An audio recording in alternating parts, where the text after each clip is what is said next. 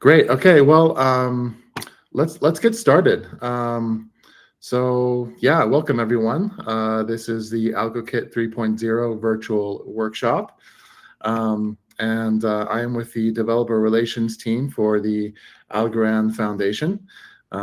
As I said, I'm based in Boulder, Colorado, in the United States. Yeah, actually, Everett, do you want to come up really quick and just introduce yourself really quickly? Yeah, sure. Welcome everyone. We hope to have a great experience today. We're going to learn a lot about AlgoKit, how to use Algorand for building your project. You're going to be enjoying a great content today for learning from scratch how to create complete tabs. So please enjoy the whole content. I'm Ever, I'm part of the developer team. I've been here for around 2 years and I'm based in Peru, South America. So I see there's a lot of people from South America, so I'm glad to see people.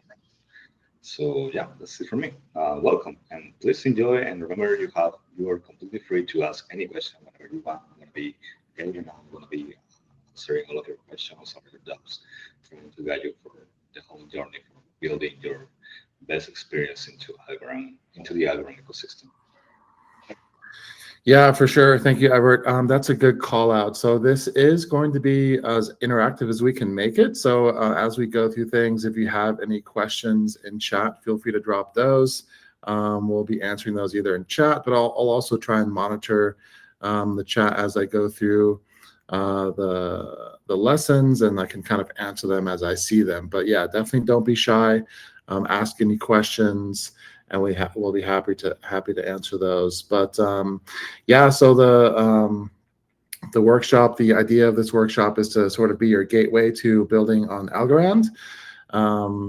We're going to be covering some of the essentials, and really whether you're like a seasoned developer or you're just getting started, we are going to start with the fundamentals, and we're really not going to leave anyone behind. The idea of this workshop is to kind of take you from zero to hero, if you will, and we'll be looking at some Python code. So this is the Python version of the workshop. We also have we have a TypeScript version coming up as well if you're interested in those. And yeah, by the end of this workshop, we really hope that you'll have everything you need to get started building on Algorand. We are going to start with some of the conceptual fundamentals, just talking about Algorand and some of its like core features, and then we'll dive into some code, and we'll also be writing smart contracts. So by the end of this workshop, you should be able to write and deploy and test your own smart contracts on Algorand. So yeah, and as I mentioned, like definitely, if you have any questions, just drop them in chat. I see there's a question if it will be recorded, and yes, we will be recording this session. I think the way it works is after the session's over, we'll email you a link with the recording, as well as some additional resources you can check out. But yeah, let's talk about, I was already entered the developer relations team. So I'm Gabriel, I'm here with Everett. We have a few other members on the team as well that are doing different workshops. And yeah, let's talk about the agenda. So intro we just did. The first part of this course is going to be talking about some of the conceptual fundamentals.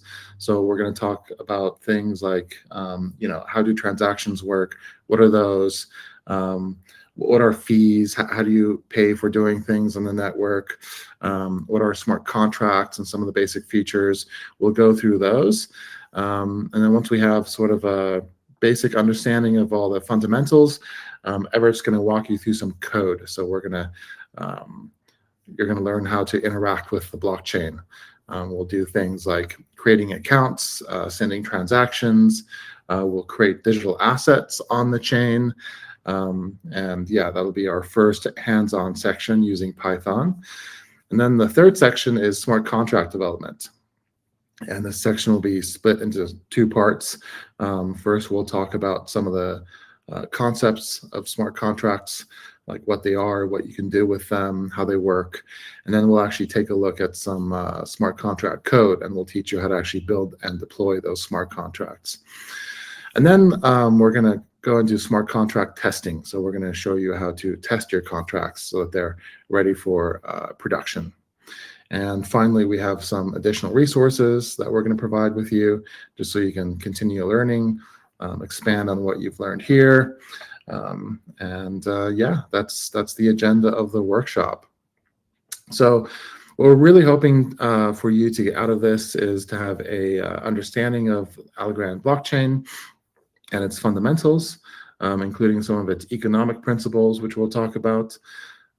We'll teach you how to interact with the chain using AlgoKit Utils, which is a library that makes it really easy to do things with the network using Python.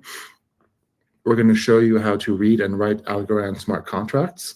This is a Python workshop, so we'll show you how to do it in Python, but we have TypeScript versions of this workshop, I think scheduled either later this week or the next. But if you're interested in attending both, you're welcome to do so. And we're also going to show you how to test and deploy your smart contract applications. So once we build a smart contract, we'll show you how to deploy it. We'll show you how to interact with it, so you can actually call some of its methods. And then we'll show you how to test it. And then finally, as I mentioned, we'll have some additional resources we'll share with you, as well as like a really advanced example, which is like a fully functioning, production-ready marketplace app that you can use once you have like a basic understanding. You can go into the more advanced stuff. And yeah, before we get into the content, just wanted to cover some basic frequently asked questions. The first one is yes, the session will be recorded, and we'll email a link of the recording to you. Another really frequent question that we get is, what is the difference between Python and TypeScript? So essentially, we've built tooling that is available in both Python and TypeScript. So everything that you're learning here in this workshop, you can do in TypeScript as well. AlgoKit ships with both Python and TypeScript support out of the box, and you're welcome to use both. Another question is, will we run this workshop only once? And no, we actually have several sessions coming up. This is, I think, our 4th session that we've already done, and we'll have more coming up later on in the year. Another frequent question we get is, how can I get support as a new developer on Algorand? And this is definitely the best place to start. Once we finish up the workshop, we'll show you some resources that you can use to continue your learning. A great place to continue getting support and asking questions is through our Discord. We have a Discord channel where a lot of the developers in Algorand, including us from the developer relations team, hang out, and we're super active there. If you have any questions, like we have like a forum inside of Discord where you can like ask structured questions. But you're also just welcome to hang out with us and chat about Algorand. And one other common question is, if you've had a chance to install AlgoKit, the correct version, so we call it AlgoKit 3.0, but that's more of like a branded marketing term, to be honest. Really, for the version that you want to be on the latest version is 2.6.2. So if you install AlgoKit and you run AlgoKit -- version in your terminal, and if you see 2.6.2, that is the CLI, that is the correct version of the CLI, which is part of this broader AlgoKit set of tools that we have. So if you see that, then you're good to go. Okay, so let's talk about some of the Algorand fundamentals, some of the concepts before we start diving into code. The first thing, and one of the really the coolest features about Algorand, are called ASAs, or Algorand Standard Assets. And what ASAs let you do is you can essentially deploy and represent any digital asset directly on the network. So what that means is that if you have a use case, or if you're building an app where you want to represent something like loyalty points, or maybe you're building a game and you want to have an in-game currency, and you want that digital asset to be represented on the blockchain so that your users can use a blockchain to freely transact those digital currencies amongst each other. You can do that on Algorand by deploying what's called an ASA. And it's actually really simple to do. We're going to do that later on in this course. It's really just a few lines of code. But one of the benefits of Algorand standard assets is that when you deploy them to the network, they inherit the same like features and reliability and security as the native token on the Algorand network, which is Algo. And what that means is that you can send and receive these digital assets or ASAs just like you could the native currency Algo. And just like it takes, about 2.8 to 2.9 seconds to send and receive Algo on the network, the same goes for digital assets that you deploy on Algorand. So that's a bit different and unique to Algorand. It's a bit different on other blockchains. If you're familiar with development on Ethereum, for example, in order to represent a digital asset, you have to actually deploy a smart contract. So you're kind of deploying this like custom smart contract that represents a digital asset.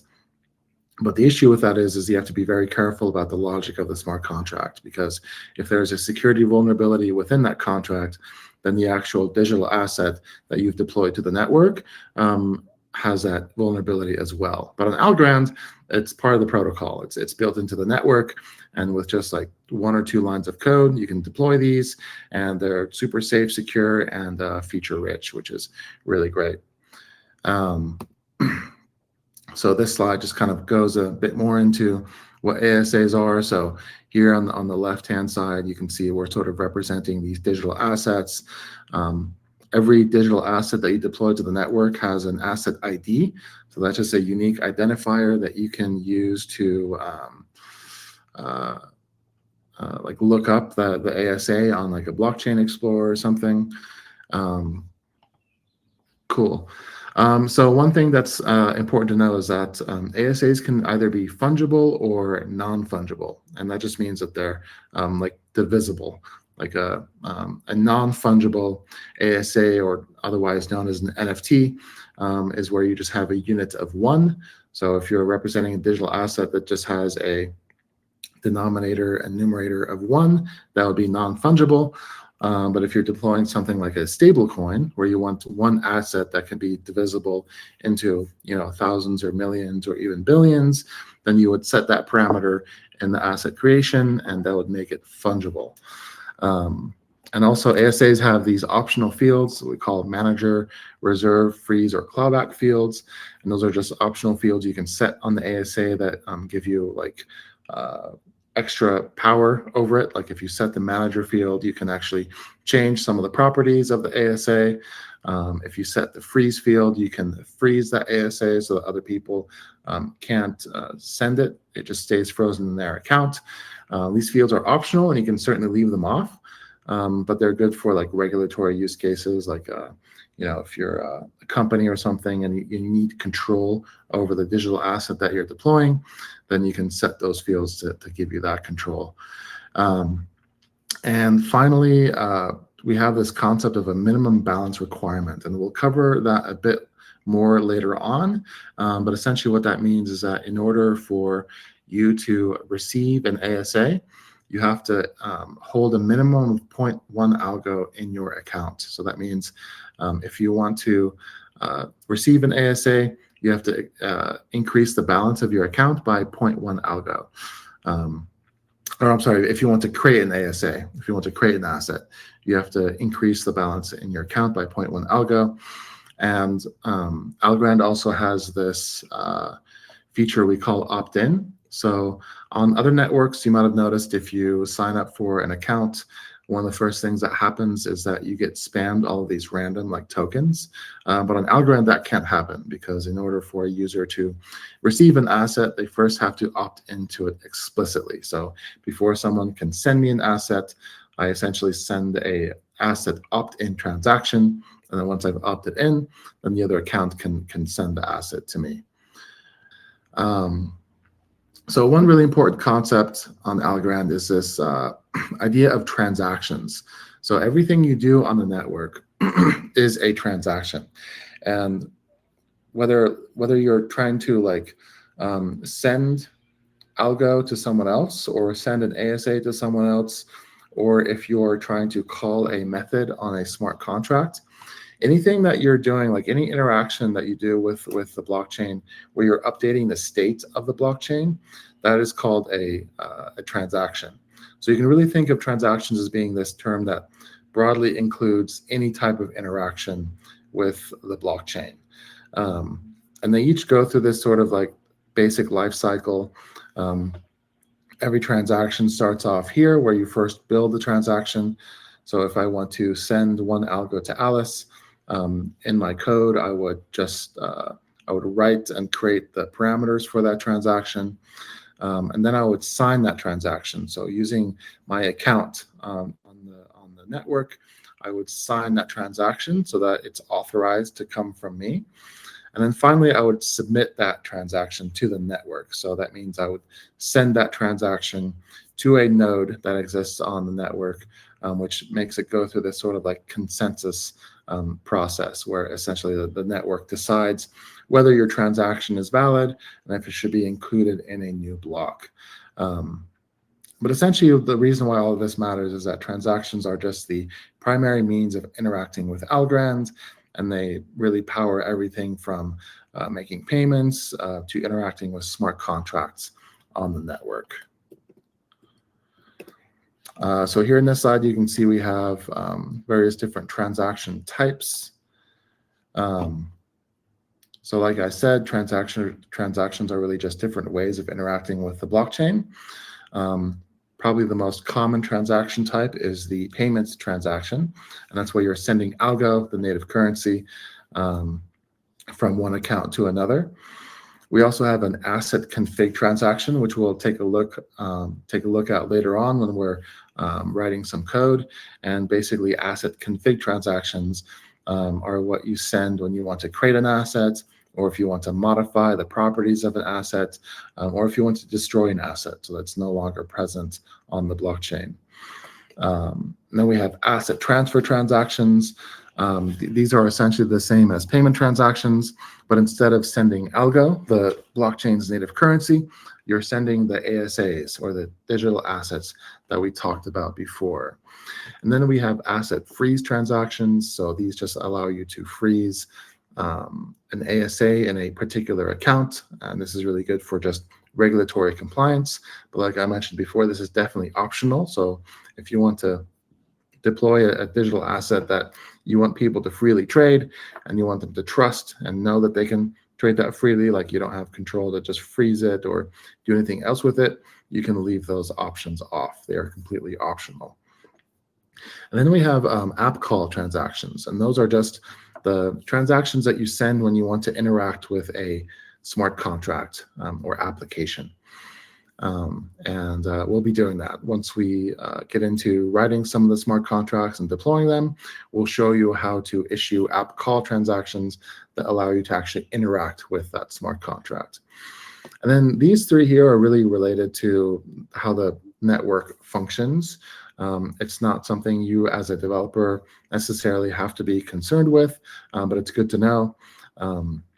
If you want to run a node, like if you want to participate in staking, meaning you want to help secure the network with your own computer that participates in the network, then you would issue a key registration or key reg transaction, and that just registers your account as being online, saying like, hey, my account wants to participate in consensus.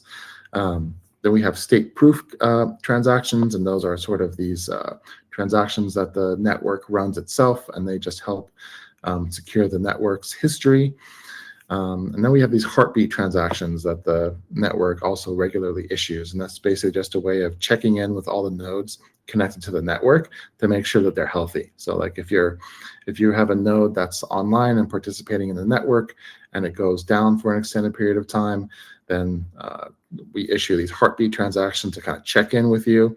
And if you're not responding to those, then we'll have to kick you off the network to keep the network healthy and functioning normally.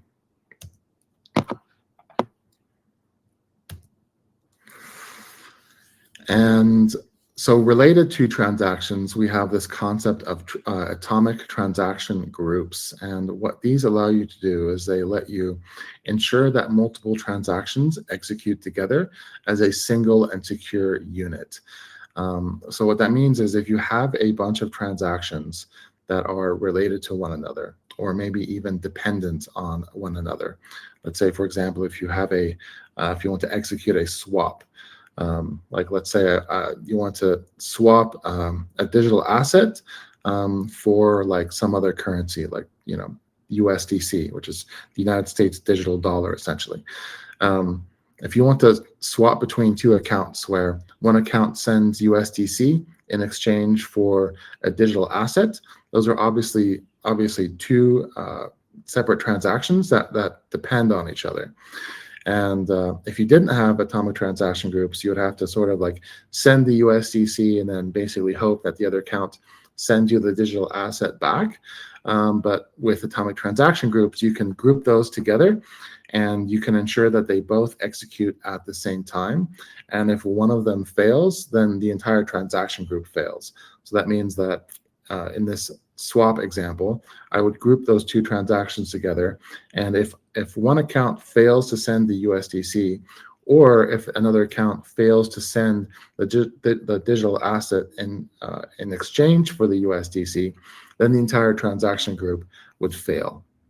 And this is just a really helpful feature and something that's actually used quite often, developing on Algorand, because it lets you group these transactions together and make sure that they all succeed or all fail. So in this slide, we're going to talk a bit about transaction evaluation and what are some of the common reasons that transactions fail. Probably the most common reason, honestly, is user error. So maybe you misconfigured the transaction that you want to send. Maybe you manually set the fee for the transaction, but it was the incorrect fee. Or maybe you are trying to send more than you have available in your account, which would be an overspend error. The network does these automatic checks whenever you send a transaction to ensure that that doesn't happen. And so if you misconfigured your transaction, then the transaction would fail. So that's what we mean by this first bullet point here, where the Algorand nodes are constantly evaluating transactions when they're submitted to check that they're valid, essentially. This bullet point sort of related, honestly, it's if your transaction is duplicative. So if you're trying to send the same transaction twice, which would be a double spend, then the network will reject that and make sure it's not propagated to the rest of the network. Yeah, another common one is if transaction fees are not charged, then they'll fail on the Algorand network. And so those are some of the common reasons, but really mostly what we see is overspend or double spend. So if you're trying to spend more money than you have, or if you're trying to send the same transaction twice at the same time. Let me go back to that slide where we talked about atomic transaction groups. Here on this little chart, you can see we mentioned that you can group up to 16 transactions simultaneously. So the maximum size of the group, so the maximum number of transactions you can have in a group is 16. And I didn't mention that, but most of you still got that right, which is impressive. Definitely, I can see you guys are paying attention, which is great. And like I said, they can all succeed or all fail. So every single transaction in that group has to go through and be successful, or the entire group will fail. Cool. All right, let's move on and talk about fees and minimum balances. So on Algorand, whenever you are interacting with the blockchain, whenever you are sending or receive, or whenever you're sending a transaction, you have to pay a fee in order to do so. And what fees really do, like by design, they help protect the network to prevent spam attacks. So like you could imagine that if it was free to send a transaction on the Algorand network, like you didn't have to pay anything, then you could basically span the network with an infinite amount of transactions, and you could overwhelm the network and essentially execute a successful spam attack and halt the network, right? So transaction fees are in place to really prevent those types of spam attacks. And we also have this concept of minimum balance requirements, which I mentioned briefly when I talked about ASAs. And these are also like an anti-spam measure. They also encourage like efficient resource allocation on the network. But essentially the way minimum balance requirements work is if you want to do certain things on the network, like if you want to create a digital asset, or if you want to make sure that your account is represented in the ledger, or if you have a smart contract that needs to take up actual space on the network, like storage space, then we require you to hold a minimum amount of algo within your account. So for example, if I want to create a digital asset, then the minimum balance requirement for that would be 0.01 algo. And in practice, what that means is that if I create the asset, I have to ensure that there's at least 0.1 algo in my account in order to do so. If I wanted to create another asset, so if I were creating 2 assets from that account, then my account would require an additional 0.1 algo on the balance. So that would mean that that account would have to have 0.2 algo in order to create 2 assets on that account. I think in this next slide, we're going to go into a little bit more detail. So like I said, every time you send a transaction on a network, you have to pay a fee, and that fee is 0.001 algo. So transactions on Algorand are quite cheap. 0.001 algo works out to, like a fraction of a cent. And this transaction fee is normally fixed. So you can usually count on just having to pay 0.11 algo or 0.001 algo when you send a transaction. But there are cases where that fee can be dynamic, so it can actually increase. But under normal network conditions, like when everything's running smoothly, that fee is basically static. But if the network becomes congested, so if like a lot of people are trying to send transactions on the network, and the network is essentially close to being overwhelmed, we revert to this sort of like dynamic fee calculation, where basically you're paying, this formula here kind of spells it out, but basically when the network is congested, you're paying for the size of the transaction. So the greater the size of your transaction, the more you have to pay in fees to make that transaction go through. And that's really just like a temporary measure to make sure that when the network is congested, that everything, like all the transactions, execute in an orderly fashion, and we're not like dropping transactions or anything like that. But also, you never pay for a failed transaction. So if you submit a transaction to the network and it was too congested for it to go through, you would not have to eat that fee. Like the fee is returned. And then finally, we have this thing called opcode limits. This is kind of an advanced concept, but really what this means is that every smart contract on the blockchain has like a finite set of operations it can do. So you can't have a smart contract on the network that can like compute an infinite amount of stuff, right? There's like a limit to that. And the opcode limit is just basically a number that makes sure that your smart contract stays within that limit. That's really like more of an advanced concept that you'll explore more in depth as you're more comfortable writing smart contracts in Algorand. Okay, let's go into fees and minimum balance requirements in a bit more detail. So here you can see, like, just kind of drilling home this point that when you want to do certain things, you have to increase the amount of algo that your account holds. So like, for example, here, if I want to deposit 0.1 algo, or if I want to create an ASA, then I would deposit 0.01 algo to that account. or if I want to opt into an ASA, so if I want to be able to receive a digital asset, then I would also have to deposit 0.1 algo into my account. And the same goes for creating an app. So if I want to create a smart contract, I would have to increase the deposit. And finally, if I want to like open up storage on the smart contract, so if I want the smart contract to actually store data on the network, then I would have to deposit a certain amount for that as well. And it's important to note that the minimum balance requirement is not a fee.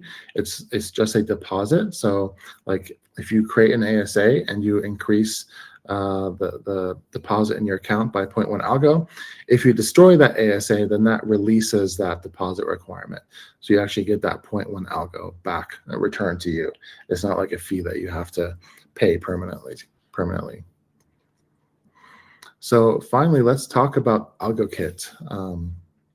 So AlgoKit is kind of the meat of this workshop. It's what we're going to be looking at when we start building stuff. And really what it is it's a suite of open source tools that make it easy to develop and test and deploy your smart contract or application. So the entry point into AlgoKit is the CLI. So when we talk about like installing AlgoKit and checking the version, usually what we're referring to is the CLI. And glanced over and saw a question from Solomon about providing a step-by-step guide on installing AlgoKit. Maybe Everett, if you don't mind, or I can do this after I wrap up.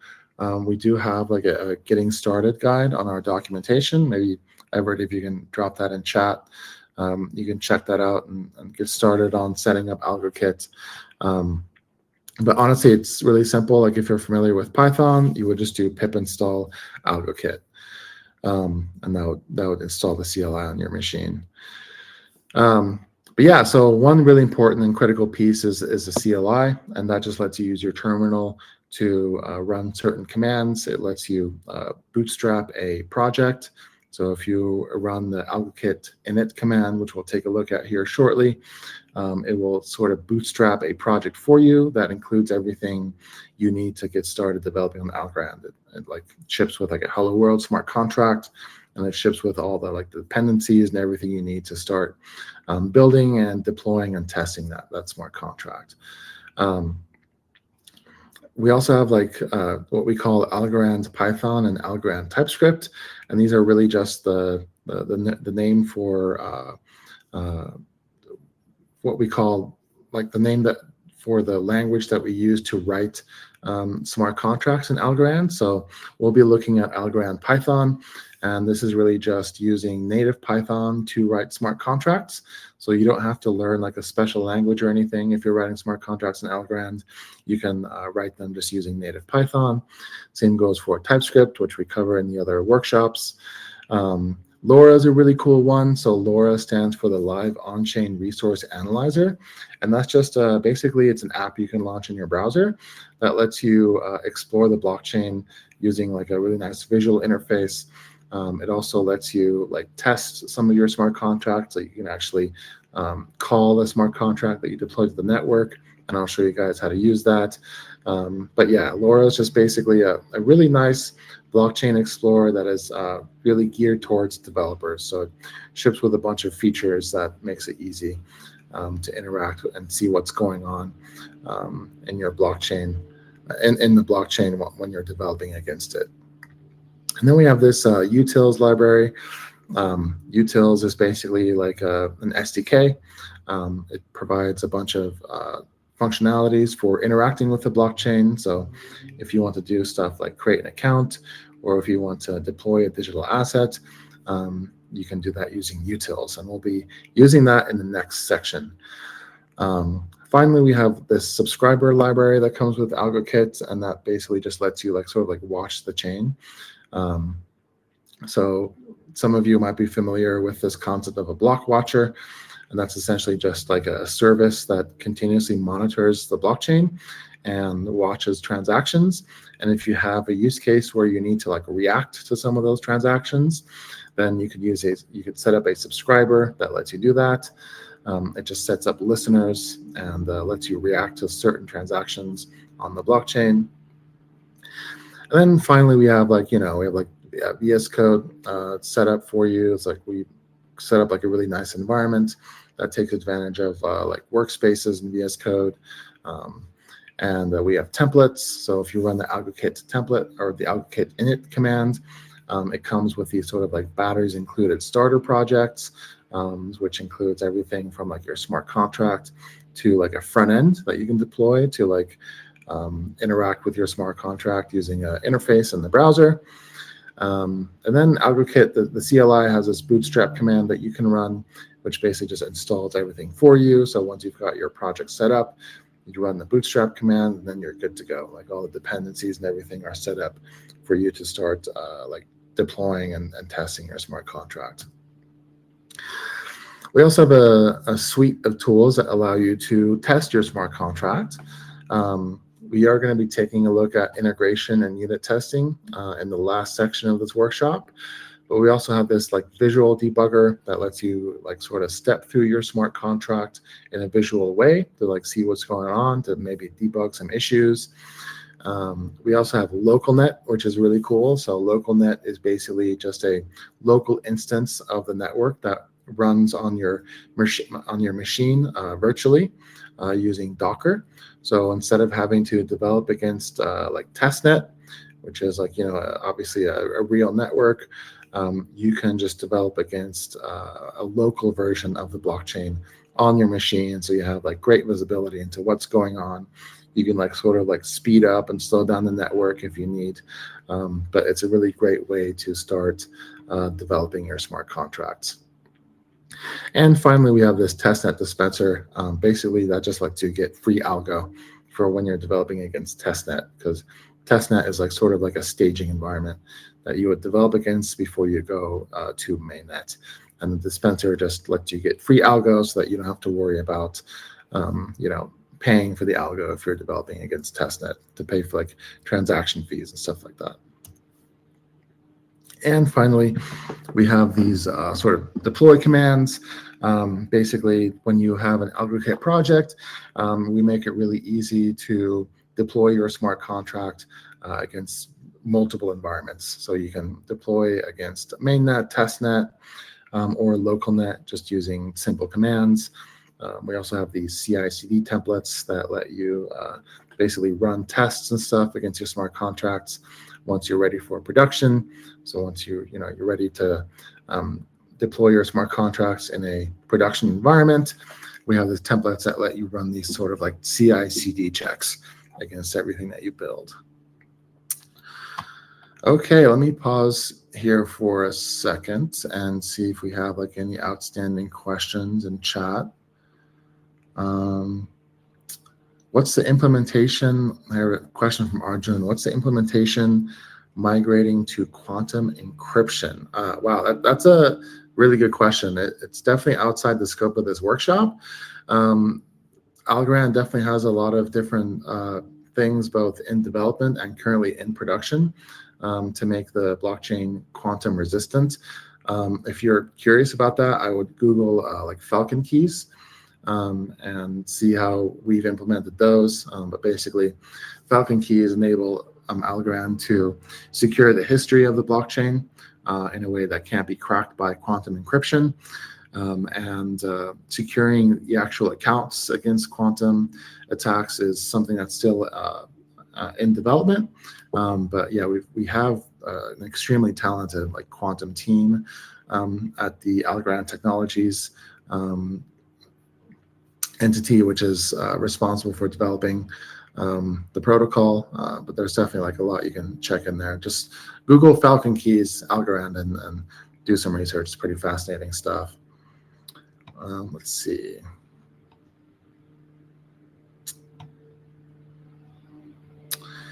Can I run human subject experiments on smart contracts I write? Question from Kevin. I am not sure what you mean by that question. if you maybe like rephrase that. I'm not exactly sure what you mean by like human subject experiments. Like, is that like maybe like are you talking about like a medical testing sort of thing? I have no idea what you mean. If you can like maybe rephrase that, I'll try and answer your question for you though. But I guess like broadly speaking, anything like, smart contracts can be written in like what we call a Turing complete language. So anything you can think of doing in a programming language in general, you can probably, do that in a smart contract. So I'm not sure if that fits your use case, but maybe. Cool. So yeah, let's take a look at some code. I think in this section, I was just going to show you how to initialize an AlgoKit project template. And just walk you through some of the code structure before we get into the next section where we'll actually be like writing smart contract code to create accounts and deploy digital assets and stuff like that. So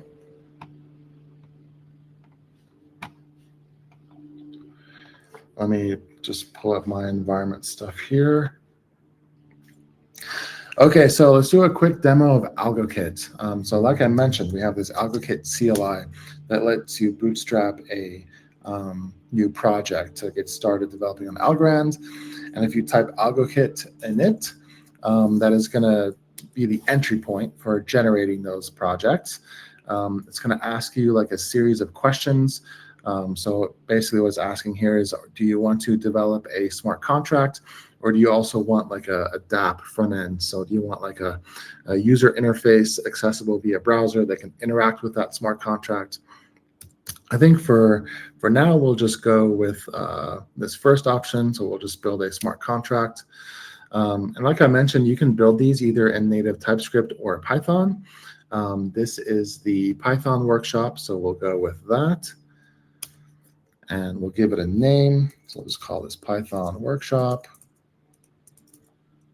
And then it's going to install some of the dependencies, and it's going to ask you for the name of your default smart contract. So every time you initialize a project, you can actually have multiple smart contracts within that project. But the first one is this sort of like hello world smart contract that it starts you off with. We have different sort of like templates. So you can do like a starter template, which is just like a minimalist template that's great for prototyping. Or we have this production template. That's basically the main difference between starter and production is that production has testing included. So there's like the testing suite is built in for testing your smart contracts. It also has like some CI/CD stuff, but we'll just go with starter.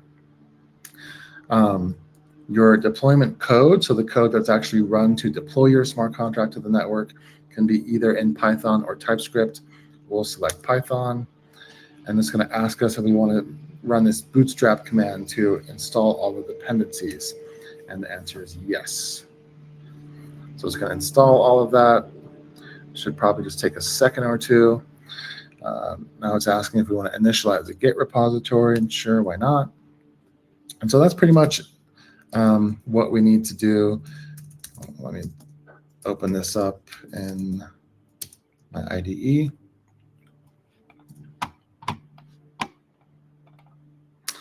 So I opened up that project that we initialized. So this is the AlgoKit project that it bootstraps for you. Let me increase the size of this IDE here a little bit.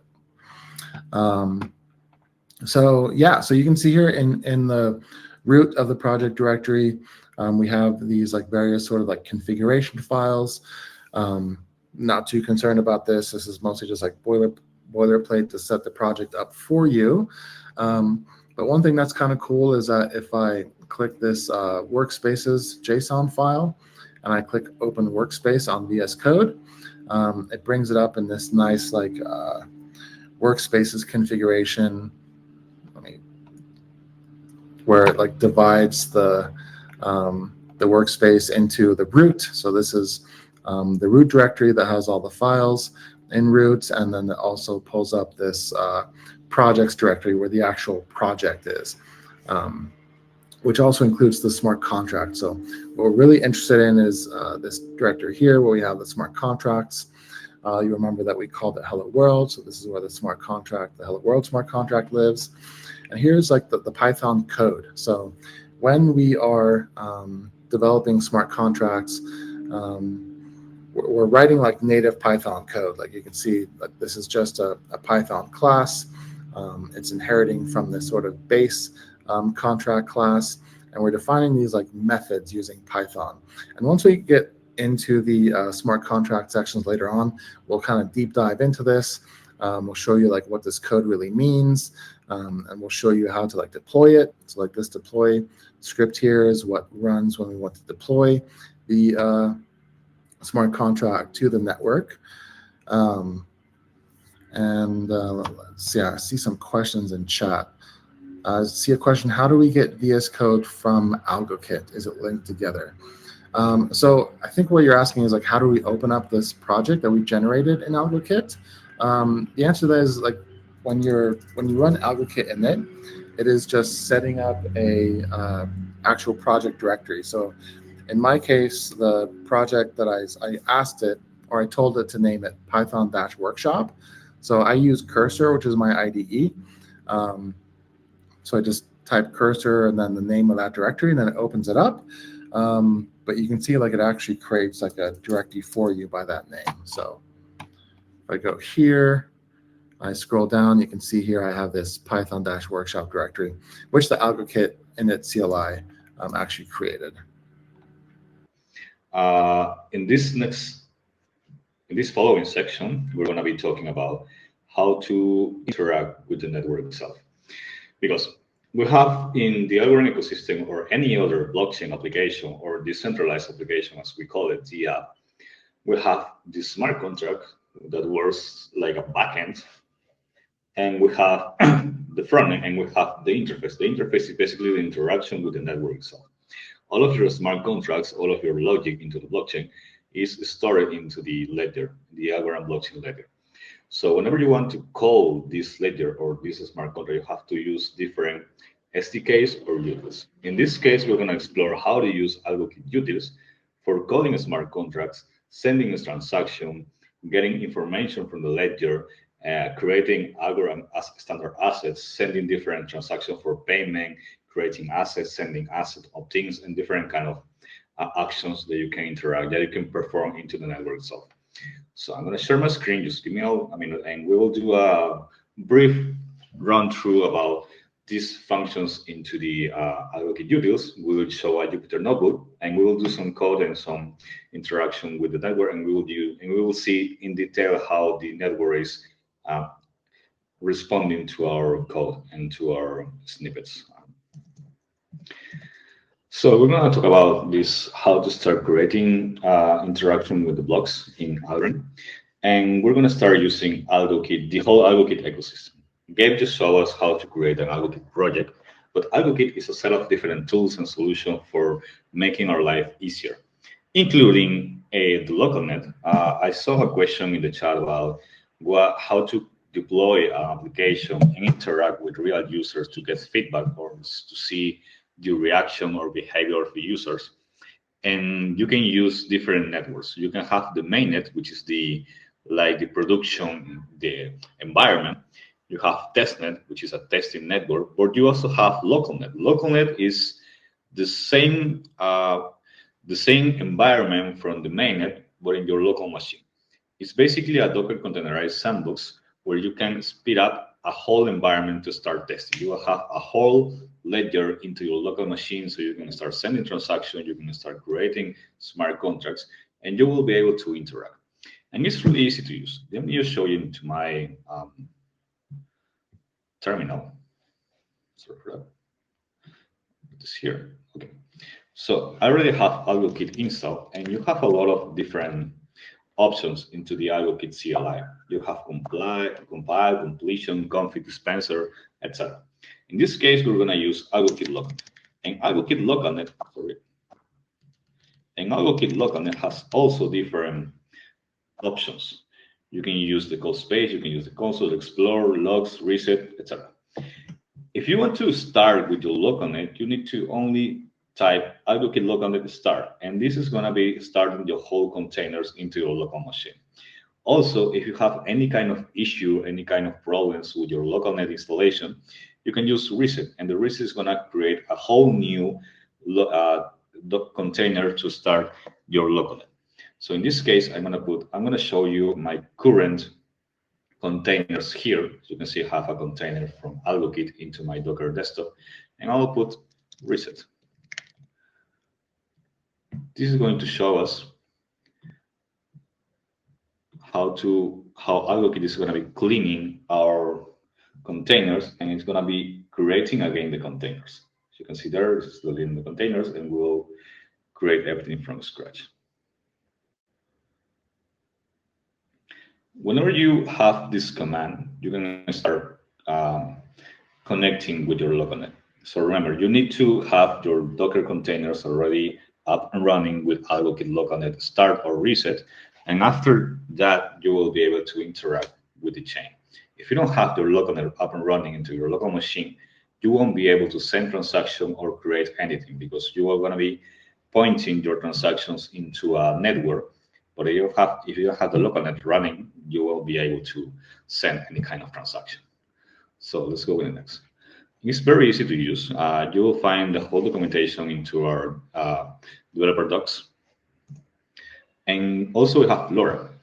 Okay, so we already talked about the local net, which is basically a local network, a local environment for doing some testing in your local machine or your local environment, and it doesn't have any kind of prices. You can use different testing tokens from your local net and everything. But how do you explore the transactions, the ledgers, and everything around? We have LoRa. LoRa is basically a whole Algorand explorer where you can check the blocks, the transactions, accounts, applications. You can check how the application is being interacting, how application is responding to our transactions, how many payments have we sent from different wallets. You can connect LoRa not only to localnet, you can connect it to also to Pera wallet. If you already have some tokens into your Pera wallet, you can also connect them. You can connect LoRa to mainnet, of course. You can explore not only your local machine environment, but also you can explore your whole production side environment. So you can check how everything is being interacting, or how the user are having this behavior with your application, which is basically the question that we asked minutes ago. You can use different application specification files, so you can call a smart contract. Remember, when you have a smart contract deployed into your network, there's a file which is basically a specification file, which is the interface. And this file is going to be explaining to LoRa or any other application how to call the smart contract. What are the methods inside of the smart contract? Don't worry about it. Gabe is going to show us in the next section how we can create those smart contracts, and we will see some different artifacts that are generated when we build and compile those smart contracts in Byte. And we'll see a lot of different transactions, the history through the Indexer API. Why we're mentioning API? Because whenever we have the local net, basically we have an API endpoint. So when we're doing different transactions, when we're sending payments, creating assets, or getting information from the ledger, in this case our local net ledger, we're doing API calls basically. That's what we're mentioning APIs in different contexts. And we also interact with those APIs, and we will show a snippet for interacting with the API. I'm going to show you how my local net is look like right now. It is easy. You only have to type here AlgoKit localnet explore, and this is going to open. I think it's open here. Yeah, this is going to open your localnet. In this case, I'm going to refresh my website, and you will see that my localnet is completely empty here, because we made an AlgoKit localnet reset. So all of my history in my ledger, in my local ledger, it's completely cleaned. If we go to mainnet as example, we will see a lot of transactions from the production network or the mainnet itself. So you can see there are different transactions that are being sent, applications that are being called, payments that are being sent between wallets, accounts, people getting NFTs, people getting assets, people creating assets, and a lot of kind of transactions. And as you can see here, there's a live interaction, a live update of the whole transaction. If we enter to any block, as example here, we will see a lot of different transactions inside of the block. If we go to a transaction like this one, we will see different things like a graphic. The good thing about LoRa is that you don't only see the transaction details and data, you will be able to see a whole graphic construct. Because remember, Gabe mentioned and teach us about what are the transaction groups. And transaction groups basically can have different transactions. So what happens if we have 10 transactions inside of an atomic transfer group? It will be a little bit hard to read the whole interaction and the whole history and the whole logic of those transactions. That's why LoRa creates this different graph.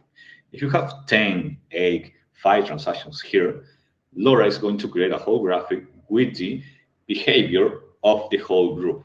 You will see here, okay, the first account sent an application call, and then the application sent a transfer of this asset to this another account. Maybe you will see, okay, this another account is sending is creating an asset, etc. You will see the whole history of the transaction thanks to LoRa. And this is very useful because it will help you to understand how transactions are being executed. You also can be able to see in a table side. You will see a lot of nodes here, the logs. You will be able to see the fees, how many fees is this transaction spending. In this case, it's 0.002 algo because there are two transactions. We have the main transaction and one inner transaction. But yeah, that's how LoRa works, and it's a very useful tool. You will be using a lot of LoRa once you have your application up and running. Now let's go to our here. The next tool inside of the AlgoKit ecosystem is AlgoKit Utils and the Algorand client. AlgoKit Utils is basically a higher level of abstraction for the SDK. Usually, when we have to interact with the smart contracts or with any part of the ledger, as I mentioned, you need to send API calls. And in the past, we only had the SDKs. The SDKs were basically the functions that we use for calling a transaction, sending a transaction, calling the blockchain data, and getting the blockchain data. But AlgoKit Utils took the SDK to the next level. And right now, AlgoKit Utils makes really easy for us, for our developers around the world, to interact with the blockchain itself. And the Algorand client is a class, is part of the AlgoKit Utils ecosystem. And the Algorand client is basically a class that has all of the methods for interacting with this Algorand blockchain. And you will see this in a while, but this is really straightforward and very easy to use. You can find more information in the documentation. Remember, we're going to share all of the links here, and you will have the whole slides, so you can go deeper into whole docs of this. We're going to be playing with some different transactions. We will start with a payment transactions. Remember, the payment transaction is the most simple transaction type that we have in Algorand. It's basically, remember, we have Algo. Algo is basically the native token of the network. Whenever you send algos or micro algos to one account to another, that is a payment transaction. You're sending algos, you're sending tokens. Remember, the algo is a native token, but it's not an Algorand standard asset. Algorand standard asset are different thing for representing maybe NFTs, for creating a different kind of coin, or maybe a different kind of digital asset. And we'll play with this around because you can also use this payment transaction for different purposes, like closing accounts. You can, whenever you want to, you cannot delete an account, but you can close an account and you can transfer all of the balance from the accounts, remember, from the ledger. And you can do that by using the same payment transaction. So when you have a payment transaction, it is not only for transferring algos, but you also can use for different purposes. Everything depends on the configuration that you have on your parameters when sending a transaction. Don't worry, we'll see that in a minute. We also have the asset config transaction. This asset config transaction is basically, it will help us to create tokens. Whenever you want to create an NFT, a non-fungible token, or you want to create a fungible token, you need to use the asset config transaction. And whenever you're sending the asset content transaction, just like any other transaction in Algorand, you need to specify the parameters. You can set the access control for the token. You can set who is going to be the manager of this token that you're creating, where is going to be the reserve of the whole token, if the token is going to be frozen or not, if we're going to have the ability for doing clawback to that token. Remember, the clawback is basically if I send a token to a person, I can claw back and I can get back that token from that account if I want. It depends on if you want to activate or you don't want to activate this function in the asset that you're creating. We're also going to be create some tokens, so we're going to be having some fun in a minute. And in Algorand, there's always a relationship between the account and the objects that the account is interacting with. As example, if I'm interacting with an application and I'm creating some kind of local state, I need to create an array between the account and the application so I can save different data from that relationship. The same happens to the assets. If I want to get some assets, as Gabe just mentioned, if I create an asset, I need to increase my minimum balance requirement. Whenever I create an asset, I will create a new relationship between me, between my account, and one asset. And that relationship is going to be storing an extra array into the ledger of the blockchain. For creating this and basically granting permission to the network to interact with a token, we need to do an opt-in. The opt-in is basically whenever I want to interact with an asset, I'm granting permission for receiving that asset or sending that asset. If I don't do an opt-in to an account to an asset, this account is not going to be able to send or interact with that asset. It also helps us to avoid having maybe thousands of assets or receiving non-valuable assets. Maybe sometimes I wake up and I see 10 new assets into my account. That's not possible in Algorand because in Algorand you need to do an opt-in before receiving any kind of assets. So this transaction is going to be basically the same as transferring an asset, but we will see that in detail in a minute with the code. And as I mentioned, we also have REST APIs and we have an endpoint. Whenever you want to interact with the network itself, you need to point to the AlgoD API. The AlgoD is the software that is running in every node in the blockchain. Remember, the blockchain is a decentralized network of different nodes. Every node is running the Algorand software. And this Algorand software has this API endpoint. So if you want to create transaction, basically you need to send an API call to the AlgoD daemon inside of the Algorand node and executing some different transactions. That's how the AlgoD software is going to be working. So, but you don't have to worry about it, by the way. Everything is handled by the AlgoKit Utils package. So everything is under the hood. You just need to write using the methods that AlgoKit Utils and the Algorand client is exposing. So everything is already solved. And remember, Algorand is trying to make the life easier to create decentralized applications. And the indexer, and different than the AlgoD, the indexers help us to go through the history of the ledger. It's basically a PostgreSQL database where you can do some queries and you can get a whole JSON with maybe if you want to get the whole information of an asset, you can point to the indexer. If you want to get the whole information of an account and you want to see how many assets this account has, how many balance the account has, you can get all of the information using the indexer. Think of the indexer as a whole database for the ledger in the Algorand blockchain. This is the way for getting information whenever you want to. And now, let's go to the code. If you want to explore on this, I just created a resource. Maybe, Dave, can you share the link for the Python Utils notebook, please? You will see a prompt here about it. But if you go to examples.dev.algorand.co, you will find different examples here. This is the AlgoKit gallery. In this case, we're going to be using the Python Utils notebook.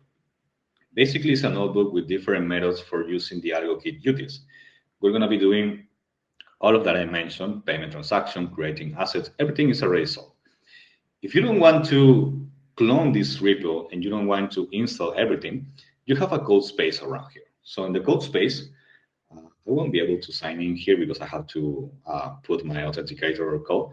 But if you go to the code space, the code space is going to be opening a virtual machine to your browser, and everything is going to be installed and ready for you can start exploring. But if you want to, you can go to the repo and you can clone the repo. I'm going to be doing the whole step-by-step for my local machine so you can see how to use this Jupyter notebook.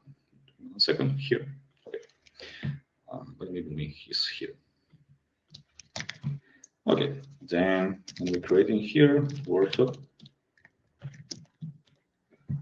Now, if we go to the repo that is inside of the samples gallery, we'll see here we just need to clone the repository.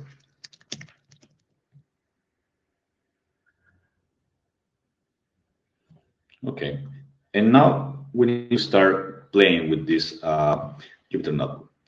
First, we need to go to a repo, and we need to go to the folder for the Jupyter notebook. In this repo, you will find different examples, not only the Jupyter notebook, you will find different TypeScript example, React Native, everything that is inside of this AlgoKit gallery.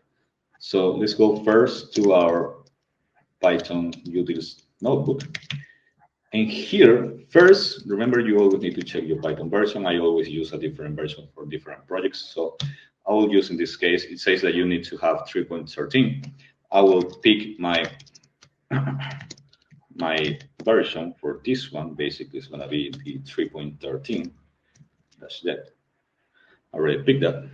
And you need to install all of the dependencies for your project. In this case, remember we have different projects inside of this repository. You have to avoid installing the parent or the root dependencies. You just need to put no root. And Poetry is going to be installing everything here, so we can start using the Jupyter notebook.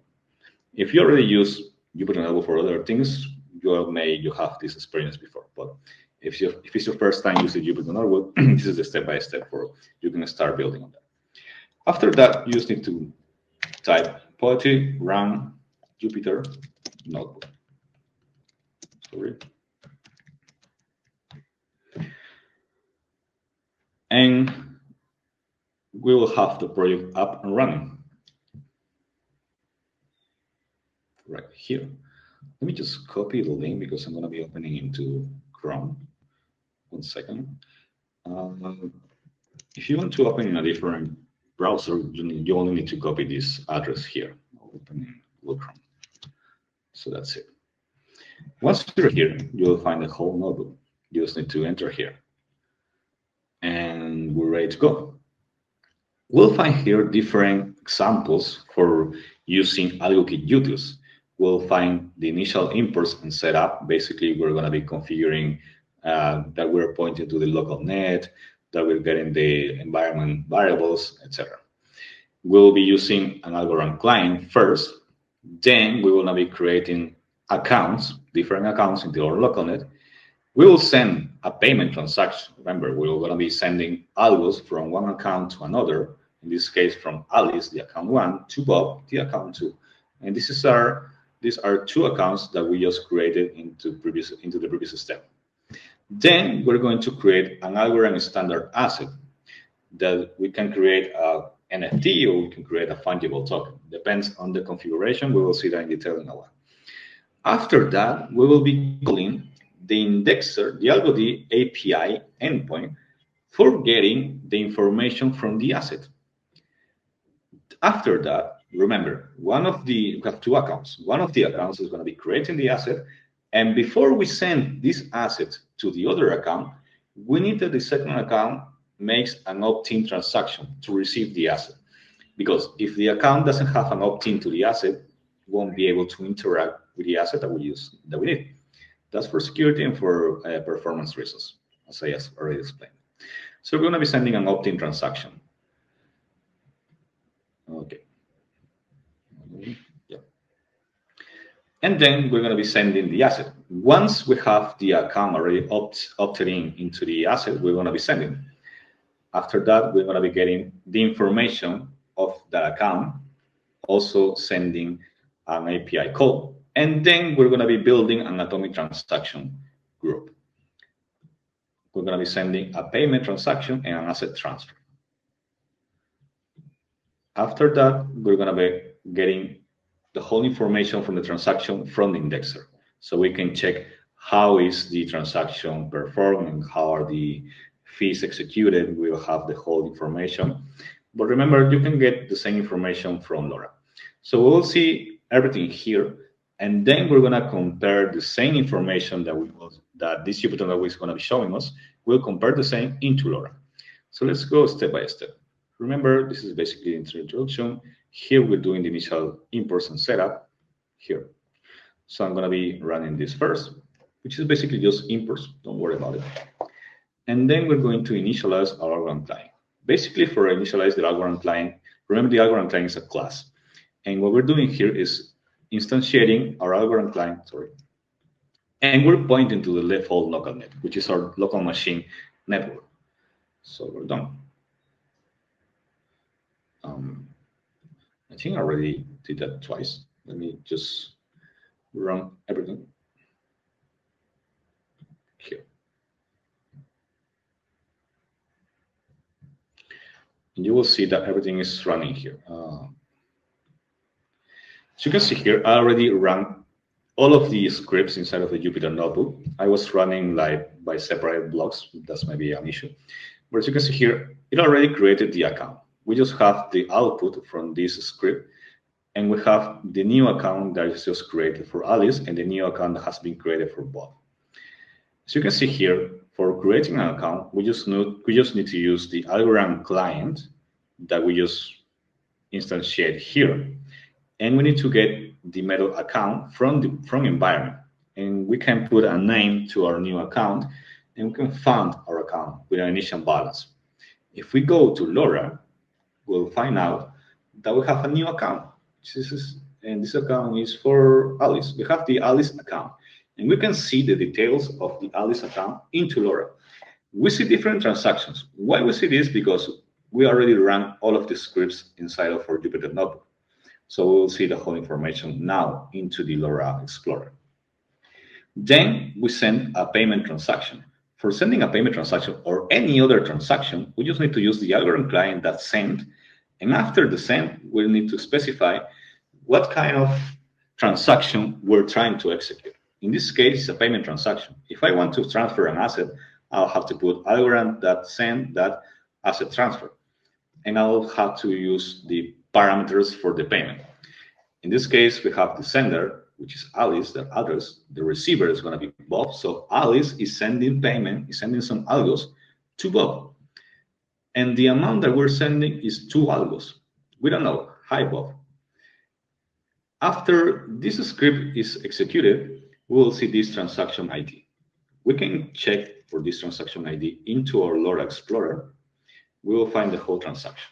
And as you can see here, it's a transaction, the type payment, and the sender is 7EN, which is basically the Alice account, and the Bob's account is the 5GO, and it's the receiver for this transaction. The amount is 2 algos. It's basically the same that we just specify in the parameters of the payment transaction. And we have also the visual representation of this transaction. And we have a note here, hi Bob. So if you want to make some payment to your friends, to your family, or anything, you can use this small piece of code for sending a payment. As you can see here, it's just one line of code, this one here. All of the other is for printing and showing the output. After that, we'll see a creation of a standard asset. Alice is going to create an Algorand standard asset. And as I already mentioned, for any transaction that we want to send, we just need to put the Algorand client that send. In this case, we're going to be using the asset create. Previously, we used the payment method. But in this case, we want to create the asset. As you can see here, this is very intuitive. The names for the AlgoKit Utils is very easy to recognize. It's very easy to, if you're working with different developers, it will be easy for everyone to read and understand what you're trying to do, because everything is really human readable. As in any other transaction, we need to add the parameters. In this case, we're getting, who is the sender? Alice. Alice is creating this asset. What is the asset name? My first ASA. What is the unit name? A unit name is basically a short a shorter name, or basically the first, like an acronym for the asset name. What is the total? This is the total. But in this case, we have 6 decimals, which means that these 6 zeros are going to be decimals for the asset. So you can split the asset in this amount of decimals.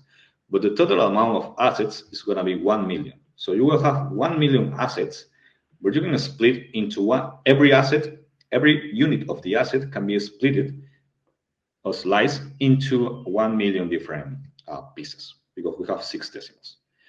Default frozen is false. So when you have a token frozen, this token cannot be transferred, cannot be moved from the account. In this case, we're putting the default frozen for false. So whenever I receive this token, I will be able to transfer it freely. I don't have any restriction. Who's going to be the manager? Alice. Who's going to be the reserve? Alice will receive the whole reserve for the tokens. Who's going to be the person who can activate or deactivate the freeze state? It's going to be Alice as well. And who's going to be the person for activate or execute global action is going to be Alice. We can also add some information related parameters, just like the URL or the node. And once we send the transaction, just by adding this, we're sending the transaction. And you can see here, we're getting from the result of the transaction sent, this variable here, we're getting the asset ID, which is one of the parameters or one of the information that we have from that object. And we're just printing it for getting this out. We have the transaction ID for the creation, but we also have the ID of the asset that we just created. Let's go to check both into LoRa. First, let's see the transaction. This is a transaction. As you can see here, this is an asset config transaction. This is the type of the transaction. We have a subtype. The subtype is a create transaction. So remember, with the asset config, you can modify the asset. Basically, you cannot modify you only can modify these parameters here. Who's going to be the reserves, if the freeze if the token is frozen or not. You can activate or deactivate the global function, etc. But you cannot modify these parameters just like the asset name or the unit name or total, etc. So that will be complicated because in the blockchain, everything should be immutable. And the same for the assets. So, okay, we have asset config as a transaction type, and the subtype is going to be create. We just sent this transaction. The sender is 7EA, which is basically the Alice account. The asset is 1004, my first AUC, the name, URL that we just specified, the unit, total supply of 1 million, blah, blah, and we can go inside of the detail of the asset. We'll see here this asset ID. It is a fungible asset, the name, the unit, all of the information that we have, the asset addresses, and the transaction that have been executed with this asset. Now let's go to the next part, is getting the ASA information. As I mentioned, you can use any API tool for making an API call to the Algorand software. In this case, we're going to be using the AlgoKit endpoint for getting the ASA information. You already see the whole information in LoRa. You can see the whole information from the asset in LoRa. But if you don't want to use a web application, or you want to do something more programmatic, or you're creating a project and you want to get only the JSON or something, you're able to see this whole information. You only need to put Algorand, that asset, that get by ID, and you can put the ID that we just get from the transaction that we just sent. It's very easy. And you will receive this whole information, this whole JSON. As information, asset ID, who's the creator, manager, everything. It's basically what we're doing here, what we're seeing here, and we will see inside of the LoRa web application. It's the same, but you can get the whole JSON and you can do whatever you need with this information. Now, Alice already created the asset, and now we need to send the asset to Bob. For this, Bob needs to make an opt-in to the asset. And again, sending any transaction is very easy. You just need to put the Algorand client that send. And in this case, it's going to be the asset opt-in transaction. Parameter is going to be who is sending the opt-in is Bob. What is the asset ID? The created asset. Remember, this is a variable where we just stored the asset ID from the asset we just created. And let's check the transaction again. Let's find the transaction here in LoRa. And we can see this is an asset transfer, but it's an opt-in. So you told me this is an opt-in, this is not an asset transfer. Okay, whenever you make an opt-in into Algorand, you need to execute an asset transfer. Under the hood, what AlgoKit Utils is doing is making a transfer from my account to my own account. So I'm sending a transaction from Bob to Bob of 0 assets of the asset that I want to opt in. What I'm doing this because if an account is sending a transaction to himself, it means the account wants to receive the asset. And Algorand understands this behavior and it says, okay, this transaction from the same account to himself is basically an opt-in transfer. And Algorand recognizes an opt-in as an opt-in transfer and it's going to be executing the whole logic. So as you can see here, it's an asset transfer from 5GO, which is Bob, to Bob of this asset of 0 tokens. So he's sending from his account to his own account. After doing this, we are executing an opt-in. This is basically what is happening under the hood, as remember. But you don't need to execute that or specify that. AlgoKit Utils is going to be handling everything. You just need to put asset opt-in, who's going to be opting in, and the asset that you want to opt in to that from the account. And that's it. After doing this, Bob is going to be able to receive asset. So now the next block into the Jupyter notebook was Alice sending to Bob some assets. So for sending assets, we need to put Algorand client that send that asset transfer, and the sender is going to be Alice. Alice will be sending some assets. Who's going to be the receiver? Bob. What is the asset ID? The created asset variable that we just stored lines before. The amount is going to be 3 million. But remember, the asset that we created has 6 decimals. It is here. Has 6 decimals. So we need to specify, whenever we transfer asset, we need to specify into the shorter slice of amount possible of the token. If we want to transfer 3 tokens, we need to specify 3 millions because we have 6 decimals. So in summary, we're sending just 3 assets. With another, we can check this transaction into LoRa here, and we will see that it's an asset transfer. It doesn't say opt-in as a subtype.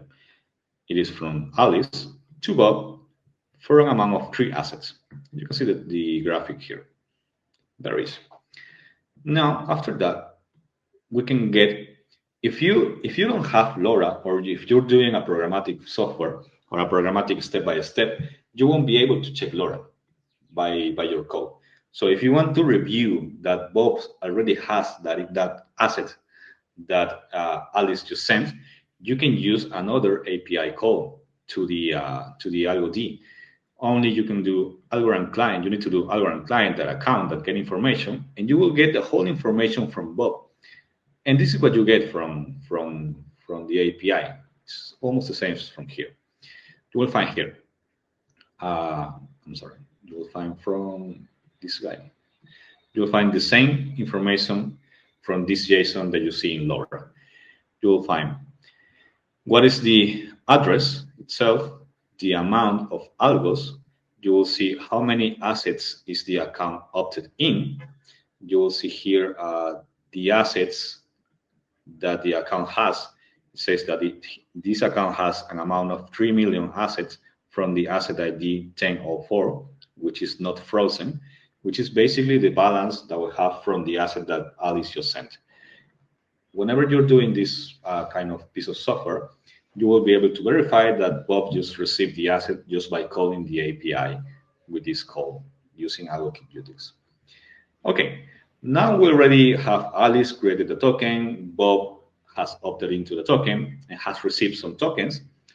It's time for Bob to give back the tokens. And just by Bob wants to say thank you to Alice, so he's going to be sending 1 algo to Alice for sending some tokens so Bob can play. For doing this, we need to do some different things. So Bob needs to send the asset back to Alice, but also Bob wants to send want to pay for saying thank you to Alice, just as a payment for getting some asset for testing. So we have two different transactions, but those transactions are completely related. One depends of the other. How we execute this in Algorand, we have this atomic transaction that I gave already explained. This is a very powerful tool for we as developers. And the only thing we need to do is basically Algorand, the Algorand client that send new group. After this, we can add up to 16 different transactions into our group. We will be adding a payment transaction here from Bob to Alice of one algo saying thanks Alice. And we're going to be adding a second transaction from Bob to Alice for transferring assets. We're adding the ID of the asset, and we're saying 1 million algos, one token back. It's saying sending back one of your token. If we go to LoRa and we check the transaction, we'll find the whole information again. This is a payment transaction. I'm sorry, we can go here. And we can go from this transaction, we can get the group of the transaction. We can go here and we'll find this is a transaction group with two transactions inside of it. One is a payment transaction and the other is an asset transfer. The fee is 0.002 because we have two transactions. And it says from Bob, this is 5GO, sending one payment to Alice and one transfer of my first asset token to Alice. So basically, we have both of the transactions inside of the same group, and it's working completely fine. And if you want to verify the transaction, not by entering LoRa, but you want to verify it programmatically, you can do the same. You can go to the indexer, and you can get the whole information of the transaction. In this case, this code is making a sleep of 30 seconds, just because we want to our local net indexer get update with everything and it's completely up to date, so we can have the whole last information. That's because we're working on the local net, and sometimes local net needs some time for refresh or catch up all of the logs and transactions so we can show it. But getting information from the indexer is very easy. You can point, as a remember, you can point not only local net, you can also point mainnet just by changing your Algorand client configuration. But in this case, we have Algorand that client, that indexer, search transaction. How do you search transaction? You can search just making a query. So we have the whole list of transactions, and I want to get the transaction where an asset ID is the same number from the variable that I stored, and the transaction type is an asset transfer. After that, I will receive some different transactions in an array, because remember, the indexer is basically a PostgreSQL database. So we're doing queries here, basically. And once we have this, we'll receive these two IDs, the ID of this one and the ID of this one. Basically, we're getting the transaction when Alice sent 3 tokens to Bob, and the transaction where Bob sent 1 token back to Alice. We have 2 different transactions, and we just made a different queries here. Also, I forgot, we have a third transaction, which is basically when Bob made an opt-in to himself. So I have 3 transactions in total. Alice sending 3 tokens to Bob first. Bob doing opt-in, the sending of tokens, and then we were sending back the token. So that's it. That's how the AlgoKit Utils tools is working. This is a Jupyter notebook. Is completely available for all of you guys. So you can start interacting. You can play with it. I already ran everything as a blog, where you can start running cell by cell if you want to. So it's very easy to use, very straightforward. You can copy all of the cells in a new code into your AlgoKit project, and you can start running, and you can start doing whatever you want. But this is completely human readable and very intuitive, as we just realize and we just see here. So that's going to be this next section. In the following section, Gabe is going to show us how to create a smart contract. Remember, what we just saw here in this section is interacting with the chain. It's basically creating transactions, sending transactions, payments. There's also methods for calling a smart contract. We'll see that in a while. How you can use AlgoKit Utils for calling a smart contract itself. But before calling a smart contract, we need a smart contract. That's why Gabe is going to be teaching us how to create smart contracts in Algorand in the following section. Everett did a really good job walking us through the AlgoKit Utils library, and hopefully you guys have a pretty good sense now of how you can use that library to interact with the Algorand blockchain. We walked through how to create accounts, how to create digital assets, how to send and receive those assets between accounts. And Utils is a really cool library. Like it really does let you do a lot. If you are brand new to development on Algorand, I would definitely encourage you to spend a lot of time there, because you can actually build like fully featured applications just using Utils if you wanted to. So it's a great place to kind of start learning and getting a sense of how to interact with the blockchain before you like really dive into smart contracts. But in this workshop, we're going to be covering smart contracts as well. So in this next section, I'm going to walk you through some of the conceptual stuff. So we're going to talk about what smart contracts are, what sorts of things you can do with them. Excuse me. And then we'll be looking at an actual working smart contract. We'll clone the repo that we're going to be working on together. We'll initialize the project using AlgoKit. Then we'll walk through some of the code, and I'll show you guys how to deploy the smart contract and how to call some of its functions using LoRa, which is the blockchain explorer that Everett walked us through. So that being said, let's get started with some of the conceptual stuff. So what are smart contracts? I will say that before we like really get into this, smart contracts are otherwise also known as applications. So if you hear me use the word smart contracts or applications, we're really referring to the same thing. They're very interchangeable in Algorand. Yeah, smart contracts are essentially programs that live on the Algorand blockchain that enable developers to build secure and scalable and decentralized applications.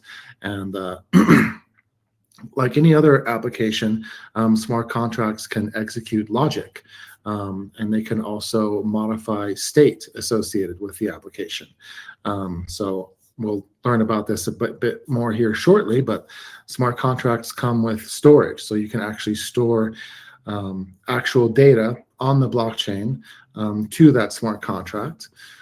Smart contracts also enable you to access on-chain values. So if you have a use case where you need to look up a particular account's balances for maybe an ASA or its algo balance, a smart contract actually has the ability to look up those values and see what those values are on chain when that smart contract is being executed. Another really great feature of smart contracts are what we call inner transactions. So in the same way that Everett showed you how you can use the utils code to make calls or to send transactions, you can actually do the same thing from a smart contract. So a smart contract has the ability to send algo to another account or to another smart contracts account. A smart contract can also create ASAs, and it can also call other methods on other smart contracts. So they're very powerful and very composable because they allow for contract-to-contract calls, or what we otherwise call inner transactions. And finally, every application or smart contract has an application account. So it has its own escrow account. When you deploy a smart contract to the network, it comes with its own account that functions just like a regular account on Algorand, and that can hold ASA and algo, the base currency. Cool. So let's get into each of these into a little bit more detail here in the next slides. Let me just check to see if there's any questions in chat. So question from Ufuk, sorry if I'm mispronouncing your name, but the question is, do smart contracts need a database to store data? And the answer to that is no. So smart contracts actually can store data directly on chain. And there's some limitations to that. And certainly if you wanted to store large amounts of data, you would use a database for that, or something like IPFS, which is basically a decentralized distributed database that's often used with blockchain. But for limited amounts of data, you can store that directly to the application's storage. And we'll talk about that a bit more here in the next couple of slides. But so the first feature of applications or smart contracts is that they come with their own account. So here you can see we have this, in this diagram, we have this application, just like accounts or ASAs. The application has its own ID that can be used to reference it on chain. And here we have this sort of like little hello world, or this hello method, where it's just returning like a greeting. But this all to show that this is, an application that has its own logic. But the application also comes with its own account. So every application that you deploy to the network by default comes with its own account that it has access to. And in that account, you can actually store algo, you can store other digital assets, and the application can both receive and send from that account. So if you wanted to send algo, for example, directly to an application's account, you could actually do that. Or if you wanted to send algo from the application's account to another account, whether that's another user's account or another account associated with an application, you could do that as well. So this idea of an escrow account that's associated with the application is a very powerful feature. But the application itself has an app ID. So if I wanted to look up this application on LoRa, like the Blockchain Explorer, I would use this application ID. But if I wanted to send algo to that application's account, it actually has its own address that I can send to directly. So when Everett was showing you guys how to send a digital asset to another account, and he was putting that address in the sender field of that code, you would do the same thing here. If you wanted to send algo to this application's account, you would just take this ABC123 address, put that in the sender field, and then that would send algo directly to that application's account. So the answer is true. Cool. So I see another question in chat. Can smart contracts be used to run a decentralized data center project by connecting storages of nodes together? I think the answer to that is probably no. So I suppose there might be ways you could like hack around that, where you have multiple smart contracts, each with their own state, and you could sort of network those together. But really, typically what you do is you would use something like box storage, which we'll cover here in the next slide, I believe.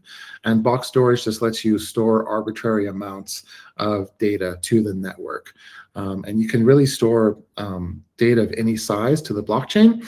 The only catch is that you have to deposit depending on how much you want to store. And we'll cover that in more detail. But I hope that kind of answers your question. So another important concept about applications on Algorand is this idea of resource usage. So smart contracts on Algorand can't access the full blockchain by default. So you need to specify resources like accounts or assets when calling them.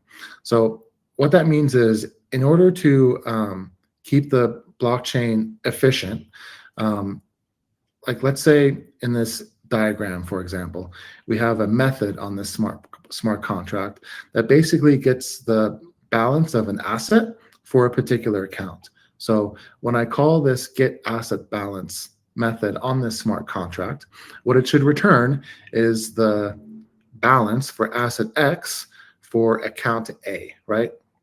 Now, the application itself doesn't have access to the entire set of data on the ledger by default. So what we have to do is we have to specify those resources ahead of time. So if I wanted to call this get asset balance method to get those balances for that account, I would simply specify that account address and the ID of that asset ahead of time. And that's just to keep the application or keep the network like nice and light and efficient and running smoothly. And we typically do that by specifying what we call a reference array. So when I'm calling this get asset balance method, I'm also supplying a reference array that includes references to each of the various entities that this application needs to access on chain.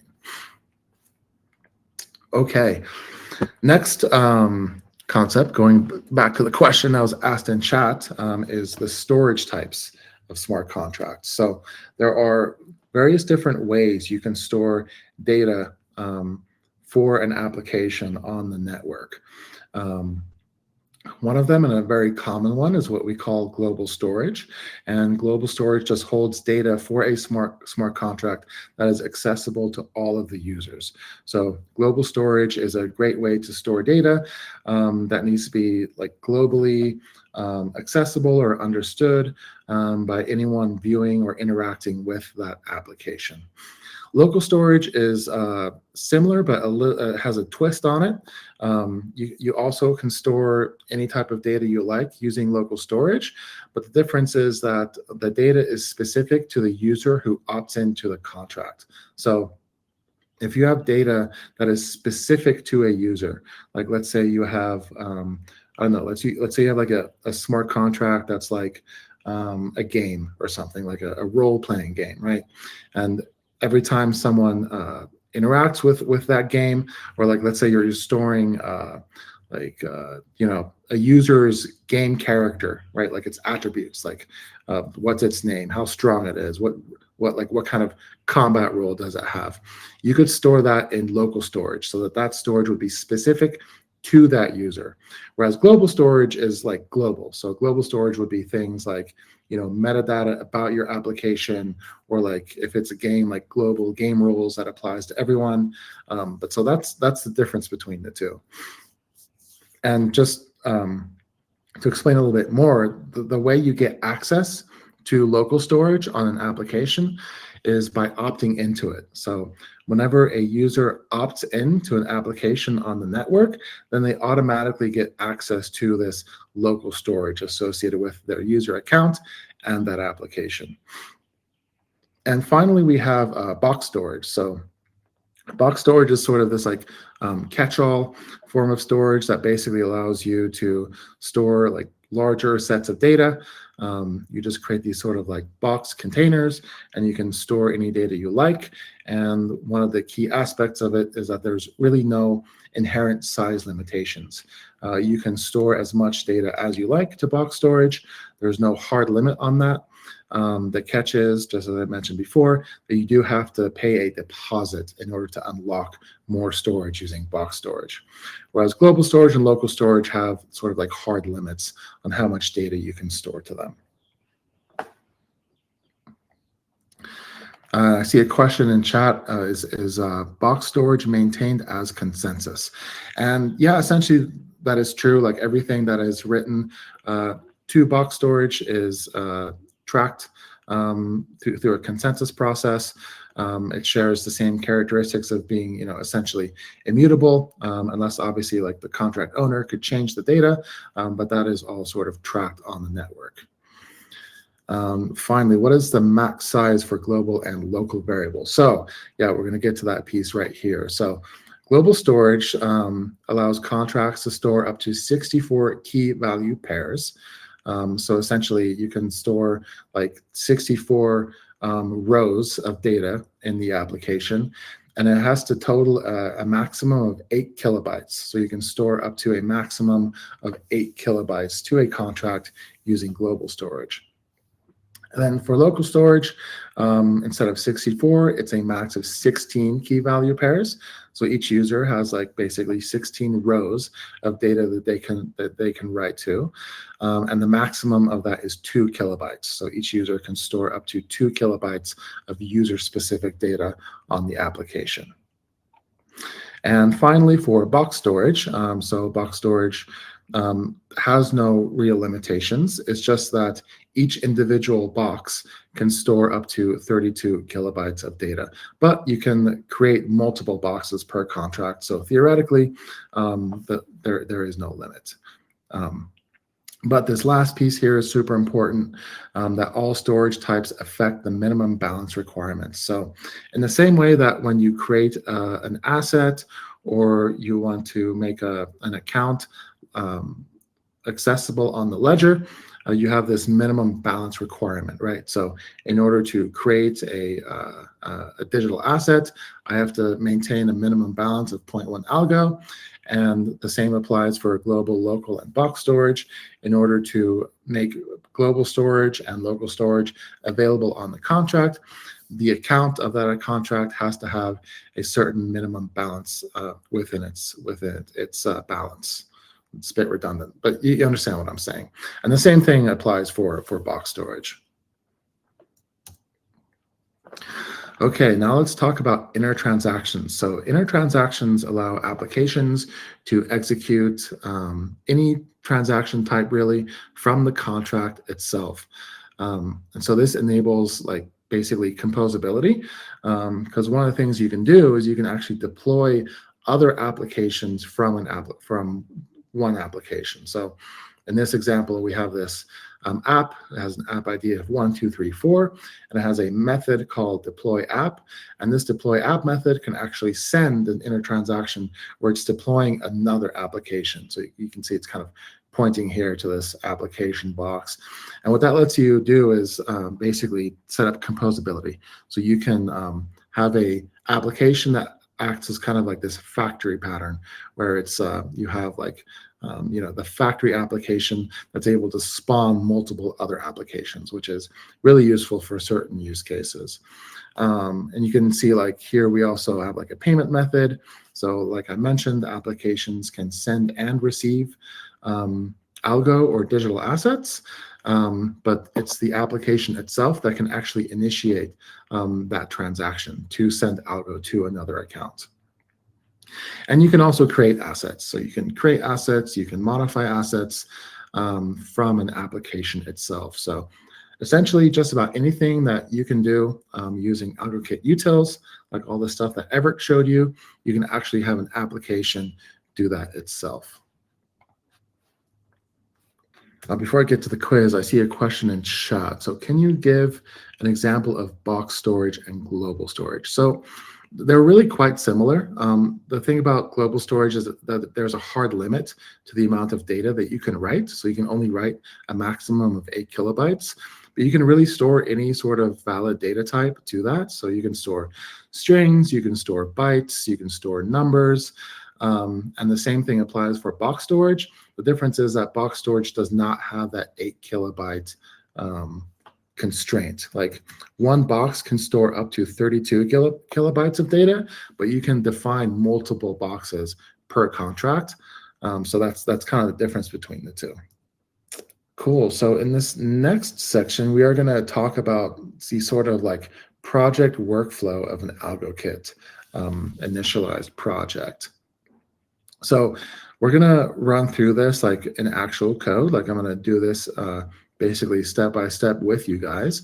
But just to give you like a general overview, when you start off, obviously you initialize the project using AlgoKit init, and that sort of boots up this like development environment for you, gives you like a simple hello world smart contract that you can start building off of. You can also run this AlgoKit local net start command, which just starts the local version of the network on your computer that Everett showed you. So that's kind of like the starting point. Once you've got that all set up, you would start implementing your smart contract logic. So you would start defining methods on the smart contract that other accounts can call, or that other smart contracts can call. Because remember, smart contracts or applications can also call each other. And if you needed to store any type of state, you need to store any sorts of data, you would write that in your logic. So obviously, this step is really just about building out the smart contract logic itself. And after that, you would build the contract. So there is this AlgoKit project run build command that I'll show you guys. And essentially what that does is it transpiles the Python code, the logic that you've written, into code that the actual network or the Algorand virtual machine, as we call it, which is just the software that every node in the network runs. You would transpile your Python code into machine code that the AVM can understand and execute. And in more detail, that's kind of what this looks like here is you start off with your Python or TypeScript smart contract code. You run this AlgoKit project run build command, and then it spits out these teal files. Teal is basically just a lower level language that the Algorand virtual machine uses for smart contracts. It's something that you don't really have to touch as a developer. You're really just hanging out here on the higher level of Python. It also creates this arc56.json file. This is basically just metadata about your smart contract. So this JSON file will have information about all of the various methods available on the smart contract, as well as like the parameters of those methods, how to call them. It will include the name of your smart contract and all these other pieces about the smart contract. That's information about the smart contract itself. And finally, it creates this typed app client. So basically what this is it's just a Python class that you can use to interact with your smart contract. So in the same way that Everett showed you guys how to use utils to interact with the blockchain, you can use this Python client to interact directly with your smart contract. And what's really cool about these clients is that you can import them into various pieces of your architecture. So if you had, for example, a Python backend and maybe a React or JavaScript frontend, you could generate this client and you could import it into your backend code as well as your front-end code, and then use that client to interact directly with your smart contract. And it's also like typed, so it has like nice IntelliSense. So if you you can kind of see once you actually play with it, the client will show all of the methods available on that specific smart contracts and how to call them. And then probably if this is the last step, no, second to last step is testing. So we are going to cover this in a lot of detail in the next section. But before you get to deploying your smart contract, you want to test it. You can write both unit tests and integration tests. And we'll talk about kind of the difference between those two and how to actually do them in the next section. But once you've written those tests, you can then run this AlgoKit project run test command, and that would execute all of those tests against your smart contracts. And we'll see what that looks like as well. And then finally, you would deploy it to the network. So remember how I talked about the build process? The build process goes from Python to this lower level language called teal. Well, during the actual deployment process, you're taking the teal and then compiling it into machine code, essentially. So essentially binary that the network can understand and run directly. And using this AlgoKit project deploy command, you can basically specify what network you want to deploy it to. Once we start looking at code in the next section here, we're going to be deploying it to local net, so the local instance of the network on your machine. But you could also use this command to deploy your smart contract to testnet, mainnet, betanet, futurenet. Like it's all kind of baked in for you and super simple to deploy them to multiple environments. Okay, and then I guess the last step is just interacting with your smart contract. So we are going to be taking a look at LoRa, which is the blockchain explorer that Everett showed you guys a little bit. LoRa comes with this feature where you can actually interact with your smart contract using a nice little UI. And I'll show you guys how to do that. But obviously, you can also interact with smart contracts from a front end. So you could use AlgoKit Utils to interact with the smart contract and call its various methods. Or you can use this open source library called UseWallet. This is a library that basically makes it super easy to connect different kinds of wallets. There was a question earlier in the chat about what kind of different wallets you can use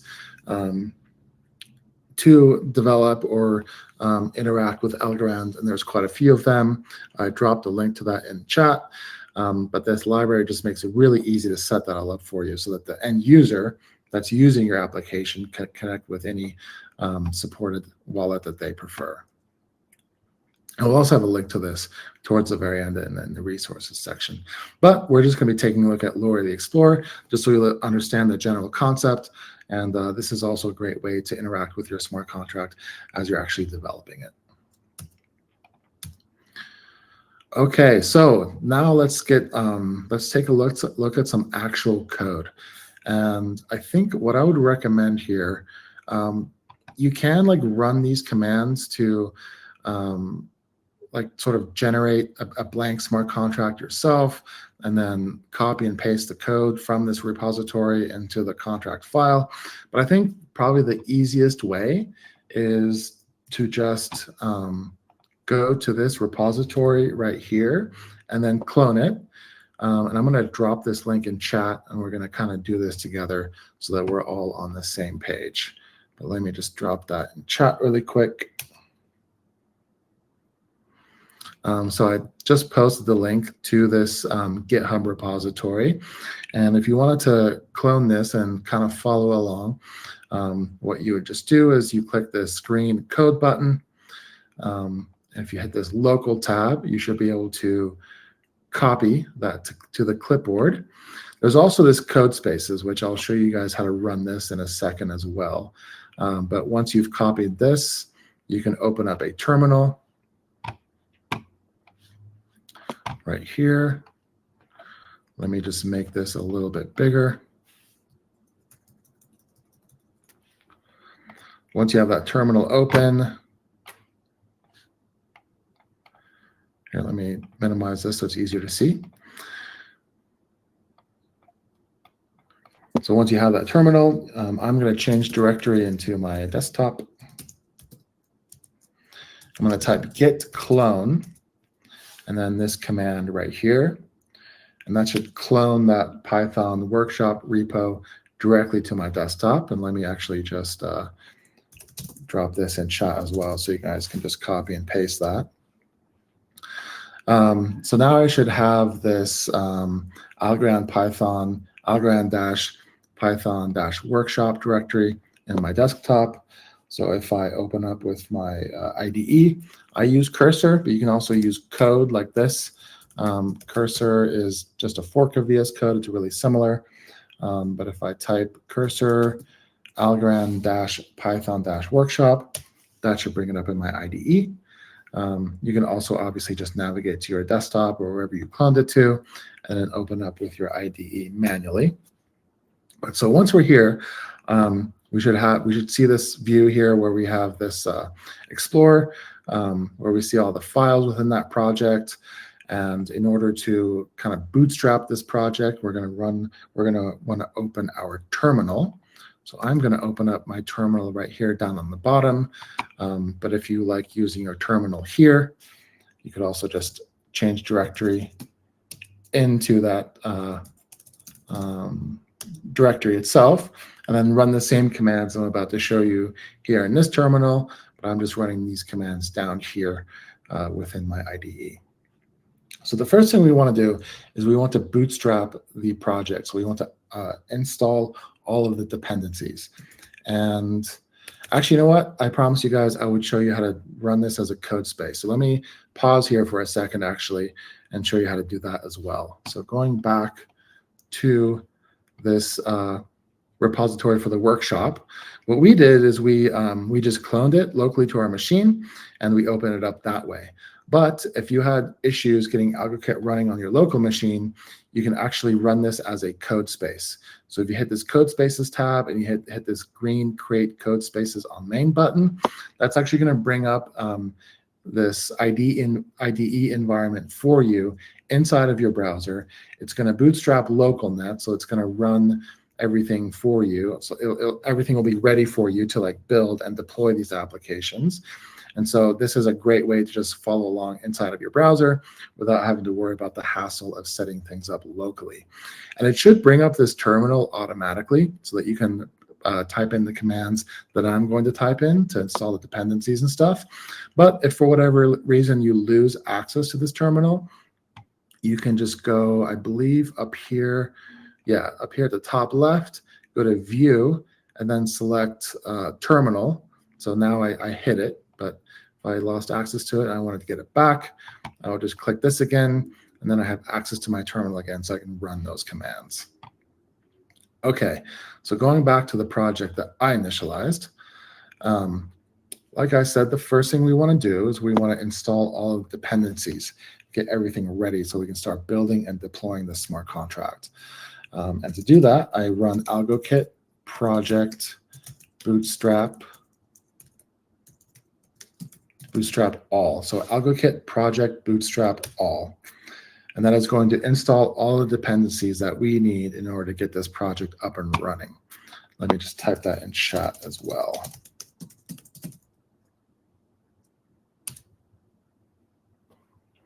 Cool. The next command that we want to run is as building the actual smart contract. So here inside this directory, you can see we have this projects directory, and then we have this Algorand-Python-workshop project. If I go click into that, and then I click into smart contracts, and then click into this personal bank smart contract, which is what we're going to take a look at. You can see here's the actual contract code for this smart contract. Let me just show you guys what that looks like. We're going to run through this in a bit more detail here shortly, but I just wanted to show you guys that that's where it's at. And when I say building the smart contract, that's the actual smart contract that we're going to build. So if I type AlgoKit project run build,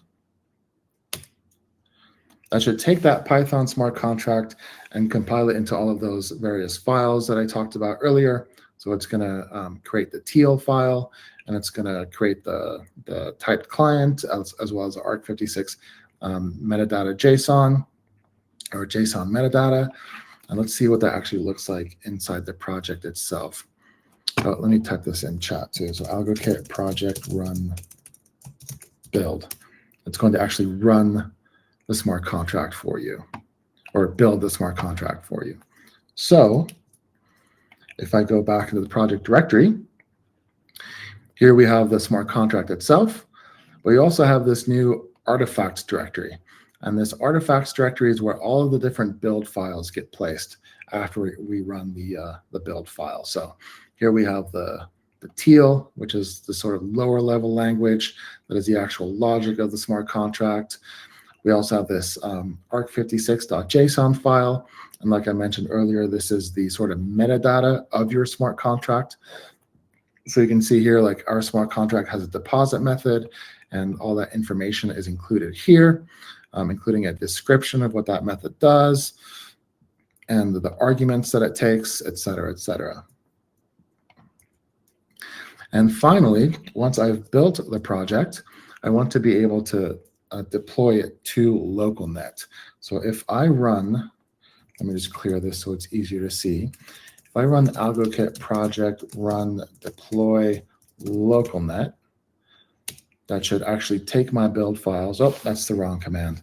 I think actually it's AlgoKit project, not run, but just AlgoKit project deploy localnet.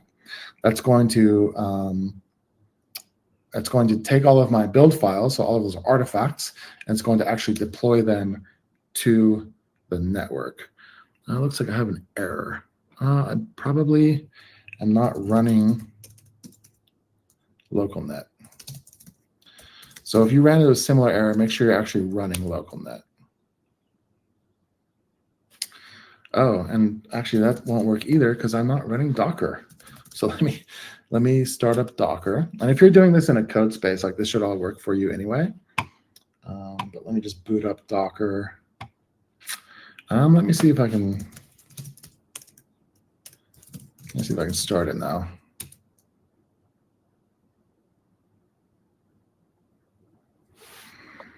Okay. Yeah, it looks like we're good. Cool. So I wasn't running Docker, so that's why localnet wasn't running. But before you deploy the smart contract, make sure that your localnet is running first. So AlgoKit localnet start is how you start up your localnet, just like that. And so now I should be able to deploy it to the network. So if I type AlgoKit project deploy localnet that is going to take those build files and it's going to actually deploy my smart contract to the network. Cool. So now if I go over to, if I type in AlgoKit Explore, that will bring up LoRa so that we can actually take a look and see what happened, and take a look at the smart contract that was actually deployed to localnet. So if I type that, it should bring up localnet inside of your browser here. So you can see here it created like all of these different blocks, and in one of these, if I poke around, I should be able to see the application call that actually deployed the smart contract. So that's this one right here. And you can see it deployed my smart contract with an ID of 1232. So if I click 1232, this brings up the page for the smart contract that I just deployed. You can see it's called Personal Bank. That's what we call our smart contract. And here's the actual page on LoRa where I can start interacting with the smart contract. So let me just pause there for a second, see if there's any questions in chat.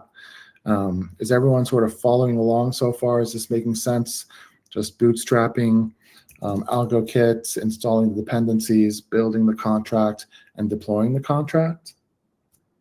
Because what we're going to do next is we're going to take a look at the actual contract itself and see what kind of logic we're implementing here and how we can actually call that logic using LoRa.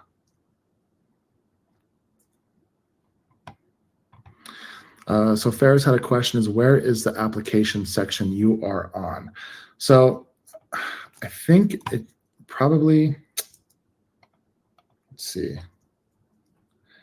I don't think it prints the application ID for you. So let's walk through this together. So I ran the deploy command, and if I go to LoRa, so if I type AlgoKit Explore,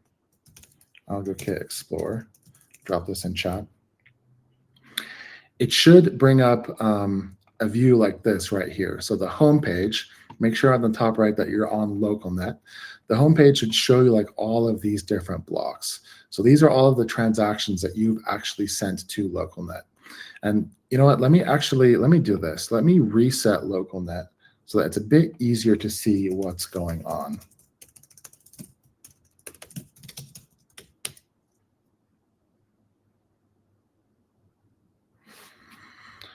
So resetting localnet just like resets the state on localnet on my machine, so that once I deploy this project or this smart contract again, I'm going to be seeing like a lot less data because I've been doing stuff before this, and it's probably going to be a lot clearer to see like what sort of transactions you were sending to localnet and where you can find the actual application ID for what you deployed. So I already built the smart contract. I reset localnet. So now if I do AlgoKit project deploy localnet again, it's going to deploy that same smart contract to a fresh version of localnet. So run that command, and then if you type AlgoKit Explore and hit enter, it's going to bring up LoRa. So now you can see I've only have 3 blocks. So when I hit AlgoKit project deploy, I was basically sending 3 different kinds of transactions. And we can kind of take a look through these to see if we can find where the application was deployed and get the application ID. So if I look at this first block, what I see is basically 2 payment transactions. And that's because there's some boilerplate in AlgoKit that basically funds the accounts for you.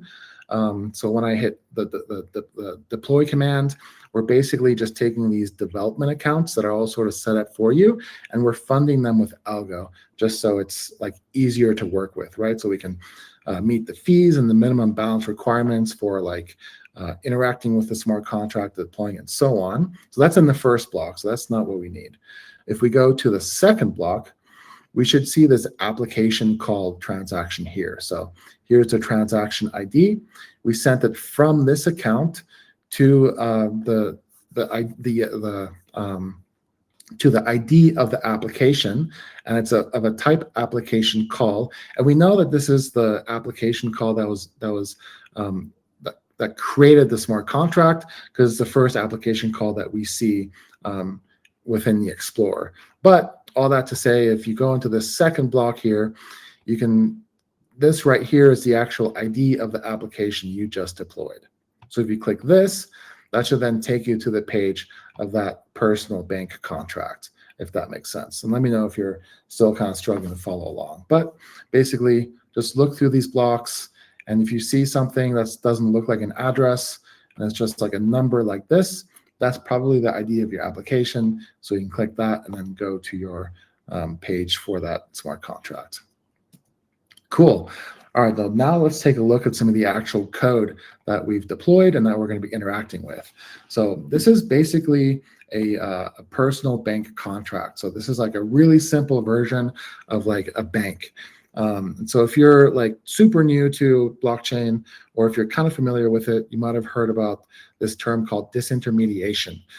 So blockchain is known for being able to sort of disintermediate or replace middlemen. Like a smart contract application can basically replace a lot of the functions that a bank does for you. So things like depositing to a bank, withdrawing value from a bank, all of this can be run using a smart contract. And that's sort of like what we're demoing here. This is like a really simplified version, but in this smart contract, we basically set up some logic where you can deposit algo to the smart contracts account, and then you can also withdraw some of that algo as well. And I'll walk you through the code in like a little bit more detail. But as I mentioned, this is all Python code, right? So when you're writing smart contracts, you're just writing Python code. And the first thing you want to do is just import some of the like classes and utilities and variables that you need to work with those smart contracts. So in this case, we need to be working with accounts. We're going to be using box storage to sort of save some state to the smart contract. So we import that. We import this global namespace, which is, don't confuse this with global storage. Global just lets you access various on-chain values. So just to kind of show you what I mean, here we're importing this global namespace because that lets me grab the current application's address. So using this code, I can actually get the current address of this deployed application. But really, we're just importing all of these different various utilities and variables that we can use to start building this contract. And every contract in Algorand Python starts off as a class. So we're defining this personal bank class. We're inheriting this base Arc4 contract. Don't worry too much about this, but basically this is just a base contract that comes with some like basic functionality that all smart contracts have when they're deployed to the network. But so we're extending that essentially. But we're just defining our personal bank class. And then we have this sort of initialize or this init method. This is like common to all Python classes. But in this init method, it allows us to initialize various things for the smart contract. So pretty much anytime you need to initialize any type of storage, you would do that here. And so in this case, we're using box storage, and we're this box map. So basically what box map does is it sets up the account, has a key for the account, and then has a value, which is how much algo was deposited from that particular account, right? So we're just setting up box storage, we're calling it depositors, and this keeps track of the various accounts and how much algo they've deposited to the smart contracts account, if that sort of makes sense. And then finally, we're implementing some of the methods. So we're starting off with this deposit method. This ABI method decorator here, basically what this means is that your method should be callable, so it should be externally callable. But so we're defining this deposit method, or decorating with this ABI method decorator, so that to indicate that this method should be callable by other smart contracts, by other accounts, etc. But essentially, what this deposit method does is it just allows you to deposit a certain amount of algo to the smart contracts account. And we do that by sort of setting up this payment transaction. So this payment transaction is accepted as a parameter within this deposit method. And this payment transaction would include the amount of algo that you want to deposit to that smart contracts account. So you can see we have the description here. So this method accepts a payment transaction and records the deposit amount in the sender's box map. And if the sender already has a deposit, the amount is added to their existing balance. And like I mentioned, the arguments that it takes is this payment transaction, which is the payment itself that contains the deposit information, and it returns the total amount deposited by the sender after this transaction completes. So inside the actual logic of this method, we're doing a few different things. The first thing is we're doing a few assert checks. So this assert thing that we're deploying or importing here at the top basically allows you to run certain checks. Or actually, sorry, we're not. That's in TypeScript. In Python, this is shipped with the language, but essentially same thing. Using assert, we can just run certain checks, and if those checks succeed, then the logic will continue being executed. But if those checks fail, then we'll actually get booted out of the contract, right? So what we're checking here is that the receiver must be the contract address. So we're taking a look at this payment transaction, and this transaction should be constructed in such a way that the receiver of the payment is the smart contract's address, right? So the receiver should be the escrow account of the smart contract. And we're just checking to make sure that that payment transaction was set up correctly. So the receiver of that payment transaction is equal to the current application address.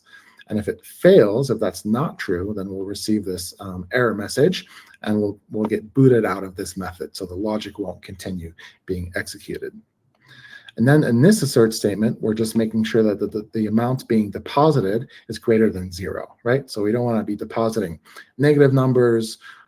Depositing 0 doesn't make any sense. So we're just making sure that it's greater than 0. And then finally, we are just saving the amount being deposited to the box storage. So the first thing we're doing is we're accessing the box storage. So you remember that the box storage is just key value pairs. So the key would be the account that's depositing, and then the value would be the amount that they've deposited. So this maybe method basically just lets us see if that key already exists, and it returns 2 values by default. So this maybe method always returns 2 values.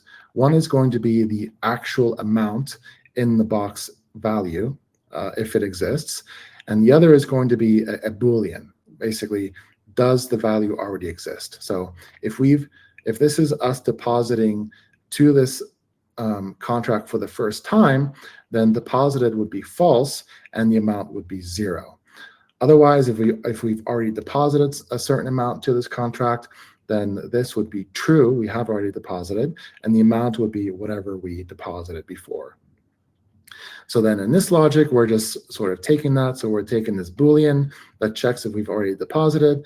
And if that's true, then we're just adding that amount to the amount that already exists in that box storage, right? So we're accessing the box storage by the key, which is the account of the sender, so the person or the account depositing, and then we're adding that amount that's being tracked in global storage. Otherwise, we're doing something really similar, but instead of adding the amount, we're just setting it to that amount right away. So we're basically initializing that piece in box storage, right? And then finally, we're returning the amount that was deposited. So again, accessing box storage, we're accessing it by the key of the account, and then this would return the actual value that's deposited. So now that we kind of understand the logic a little bit, let's see what that actually looks like in LoRa. So again, if I type AlgoKit Explorer, and if I go to the applications page, so in my case, the application ID is 1002. I can also type that in up here. So I go to 1002. That takes me to the page. And if I want to be able to call the various contract methods directly from LoRa, I have to do an extra step. I basically have to tell LoRa what methods are available on this contract through kind of like a two-step process. And I do that by going over to this tab here called App Lab, and I hit Create App Interface. So I hit this Create button. And I've already deployed this application. So here I'm just going to put in the ID of the application that I deployed. So use existing. Then I'm going to drop that metadata file that I talked about. So remember how I talked about that arc56.json that is in the artifacts directory? I'm going to drop that in here. So in my case, I can just right click. I can go into artifacts and then into personal bank. I can right click and then go into reveal in Finder. So it's going to show me like the actual, where the actual file is on my file system. If I go back to the browser, I can just drag and drop that arc56 JSON file directly into here. And then I hit next and just add names filled in for you. This first valid round, last valid round, don't worry about that too much. You can leave that blank by default. And if I hit create, now I should see this little box here that says personal bank with my app ID. And if I click the app ID, I get back to the same page. But now you see I have these this little section called ABI methods that has the deposit and the withdraw like little buttons that I can use to actually call this smart contract. So we're going to do that. We're going to see if we can deposit some algo from my account into this personal bank account. So I do that just by hitting deposit. And you can see here it pulls in this metadata from that arc56.json file. So like here's a description of the actual deposit method and the arguments that it takes. So remember, it takes that payment transaction and then it returns the amount. And it shows you like what it actually returns. And that's coming from this arc56.json metadata file that gets built when you build your smart contract. So if I hit call, it's going to bring up this little box right here. Actually, before I do that, let me, I'm going to copy this value right here. So this value is the address of the account that belongs to the smart contract. And because I know that I need to set up a payment transaction to the account of that smart contract, I'm going to have to know this value ahead of time. So I'm going to copy this and I'm going to hit call again. It fills in most of the information that we need for us. So what we're doing is we're building a transaction. We're building the transaction that calls the deposit method on the smart contract. It fills in the application ID. It selects the method that we want to hit. So we want to hit the deposit method, not the withdraw method. It sets up the sender. So this is the sender that I've already connected to. It should be set up for you by default. If you don't have this, just go to the top right and connect your wallet. And it sets up the argument for us. So if I hit add, it should set up the application call. So the actual application call to the deposit method should be set up here. And LoRa is smart enough to know that we need to provide the payment transaction as an argument to that deposit method. And so it sets this up for us here. So if we just click this little row right here, we can actually build the transaction, the payment transaction that's going to be passed in as an argument to the deposit method. So if I click this, again, it sets up some of the default values. So it's a payment transaction type. The sender is my own account that I'm connected to, and the receiver is going to be the application's account that I copied earlier. So I'm going to paste that here, and then I'm going to select the amount. So if I hit, let's send it 10 algo, I'm going to put that in here. I'm going to leave this checked, so set fee automatically, etc. I'm just going to leave that by default. And if I hit add, that should set everything up for us. So we've set the actual application call where we're calling the deposit method, and we've set up the payment transaction that's being passed in as an argument to the deposit method. So that should be everything we need. And if I hit send, overspend. Okay. So the ledger is running a few checks, and it turns out that the account that I'm connected with actually does not have enough algo to send from. So let me see what I can do about that really quick. So if I connect wallet, if I just do this default, so this ships automatically with LocalNet. If I connect that, let me just go to view here to make sure. So this account, definitely, this DRCH account, definitely has enough algo in it. So now I'm connected with an account that's actually funded. So let me run through this one more time. So I'm going to copy the applications account. I'm going to hit deposit, hit call. I'm going to fill this in. Everything is fine by default. Hit add. And I'm going to build that payment transaction again. The receiver is going to be the applications account. The amount that I want to send is going to be 10 algo. And it's coming from this DRCH account that is definitely funded, like we double checked that. And if I hit add, now if I hit send, hopefully it'll work. Cool, so it worked. So you can see it actually went through successfully.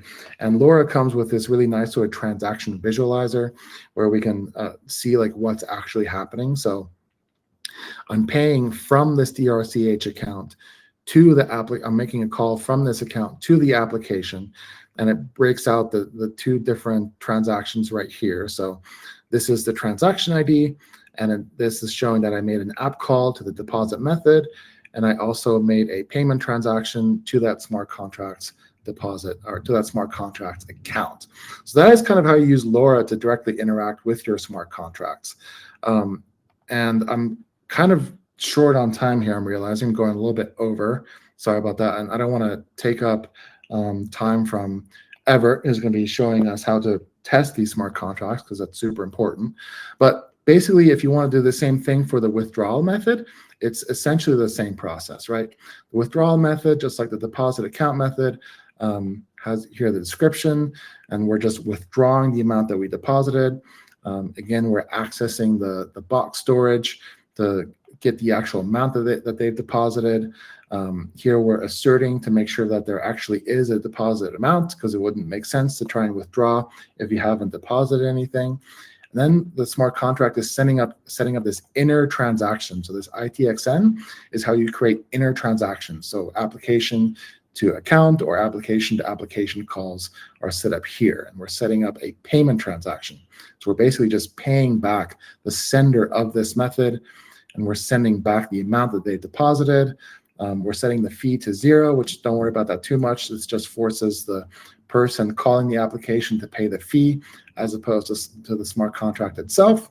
And so we're sending that, and then we're just returning, or we're resetting the box storage. So for this account, we're setting the amount to 0 because they withdrew everything, and then we're just returning the result of that. So we're returning the actual amount that was withdrawn. And to do that in LoRa, you would do it just like the deposit method. So you'd go to, withdraw, hit call, set it up for you. One thing is because, like I said, the fee is set to 0 here, so you're not actually, the contract itself is not paying the fee to make this transaction. The person calling it has to make that fee. So we actually have to manually set the fee here. And if you set this to, like, I think 0.003, then you should be able to like call the withdrawal method and withdraw it and then add it to your account. So, but it's basically the same process, and that's how the logic works. So I hope that kind of makes sense. I think we're going to go into a break here shortly, so I'm happy to like kind of stick around and answer any questions, since I had to rush through this last piece a little bit. But yeah, essentially we covered how to set up AlgoKit, how to build the smart contract, and how to deploy it, and then how to actually call some of these methods using LoRa, and it's all running on LocalNet. And in this next section, Everett is going to walk us through how to actually test these smart contracts. So once you've written all of this logic, you want to make sure that it's actually robust and working the way that it should. And the way you do that is by writing integration and unit tests. So we'll be doing that in the next section.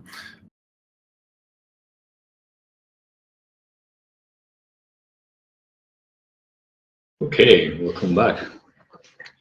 I think just 1 second, and we're going to be starting with the testing.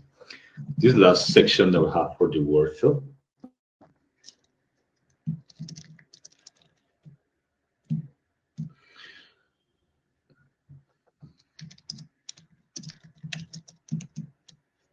So Gabe just showed us how to interact with the smart contracts using LoRa. As you can see, and you can maybe notice, the LoRa application website is very useful. It's a very powerful tool because you not only can explore blocks, you can also do some different stuff like exploring transaction, exploring application. You can also create different assets. You can create transactions. You can call different methods, and you can interact with the smart contracts. So what Gabe just did is kind of testing, because he was testing different smart contracts, this smart contract with different methods using different data. So that's a way of testing how your smart contract can behave or can respond to different interactions. But that's a manual way for testing your smart contract. Whenever you want to make some automated testing or some more programmatic testing, there are different techniques for achieving this. So we're going to be talking about two different ways for testing for a smart contract. Both of them will help you a lot for be more secure, for getting a more secure smart contract, to be sure about your smart contract behavior, to always, if you have any kind of bug, any kind of issue, you can correct it before sending your smart contract to mainnet or to production level. So these two methods will be really useful for you. Let me just share my screen, and we're going to be starting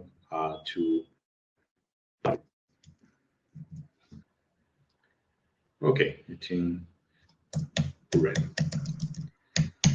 Smart contract testing. Let's talk about how to test your smart contract and how to increment the security and be precise on the behavior of the smart contract itself. As I mentioned, we're going to be talking about two types of testing in Algorand. Of course, remember the blockchain itself, the smart contracts are a piece of software. So I have to treat them like any other piece of software. Always try to be sure about that everything is correct, everything is secure. And in blockchain itself, you have to be really sure about the security of your smart contract, and always try to verify that the output and the outcomes of your smart contract behavior and will be just as you expect.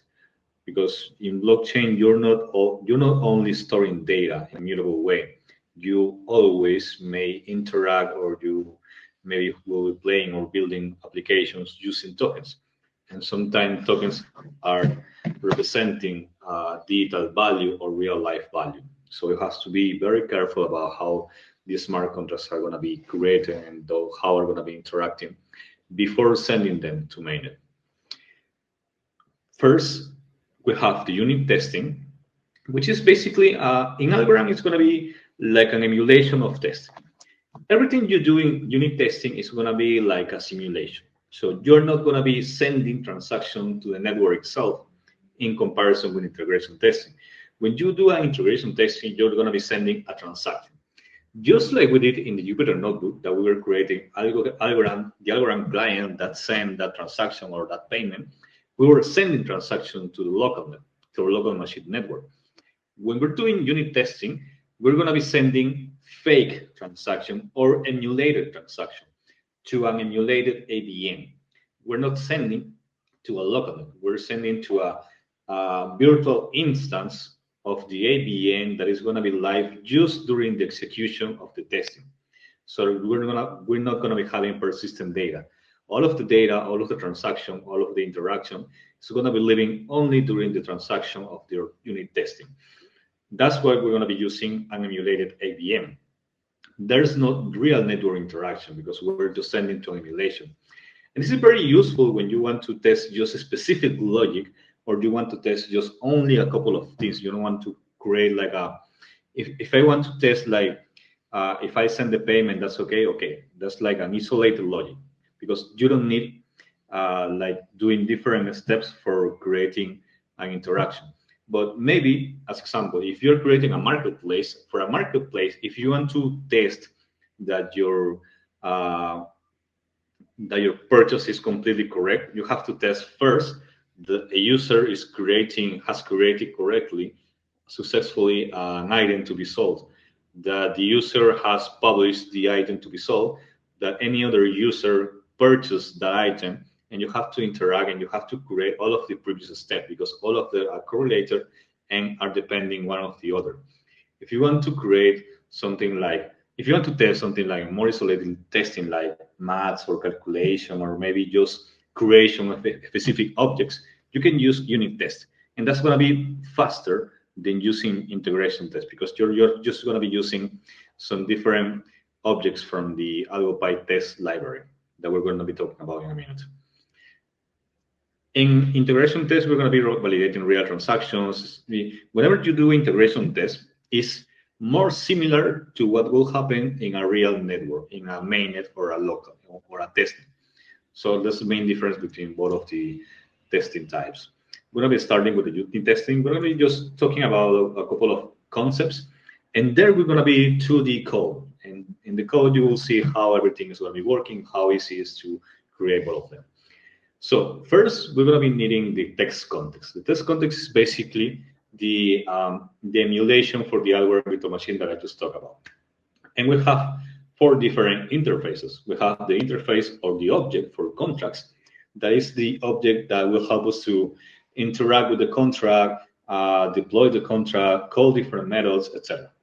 We have the ledger class or interface that will help you to interact with the ledger, the emulated ledger.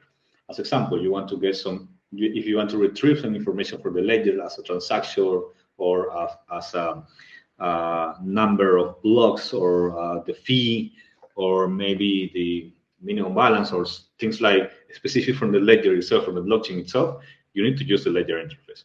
The TXN, as its name says, it will be used for managing transactions, create transactions, send different transactions, and for using atomic transaction groups. And the ANY is another interface for creating random data. If you want to send a payment, but you don't want to specify a fixed number, you can use ANY, and it will create different numbers for whenever you want to run the test. And there are some also stub implementations. The mockable is very useful because if you want to test, if you have a smart contract that is calling another smart contract through an ABA call, you will need to create the other smart contract, right?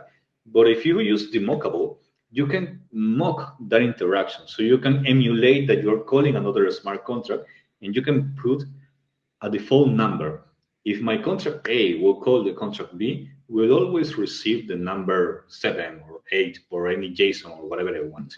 So that's going to be very useful. The emulated interface will help us to emulate the ABM behavior. As example, if we want to add some, if we want to use the creation of the boxes or reading of the boxes or anything related to the ABM, we can use the emulated interface. And the same for native. The native will help us to emulate the ABM computation. There are different math operators or math computation from the Algorand virtual machine itself that sometimes can be useful, and you can use it inside of your testing through the native stub implementation of an interface. So that's going to be a couple of things that we're going to be using in a while. But at the end of the day, you have to understand not only the interfaces or the classes or the objects that we're going to be using as part of the AlgoKit testing library, but you also have to understand the flow for creating these unit tests. And this is like a general flow using the AAA pattern, which is basically arrange, act, and assert. First, you need to define a couple of preconditions. You have to execute an action, and then you have to review or verify the output of your action. That's a AAA pattern. So for creating our first test in the personal bank test, we're going to be creating 2 different unit tests. Just like Gabe explained us, this smart contract has 2 different methods for deposit some amount and withdraw some amount.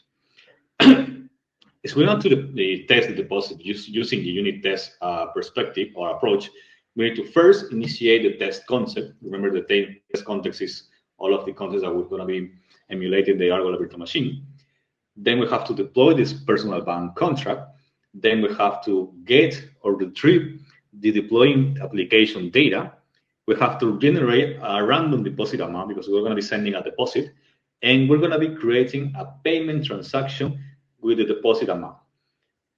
Take a look, or just keep in mind that we're just creating the payment transaction. We're not sending the payment transaction. That's that's like building the precondition, the arrange. Then we're going to execute the test. For executing the test, we're going to be adding that payment transaction that we just created as a part of a parameter inside of the deposit method call.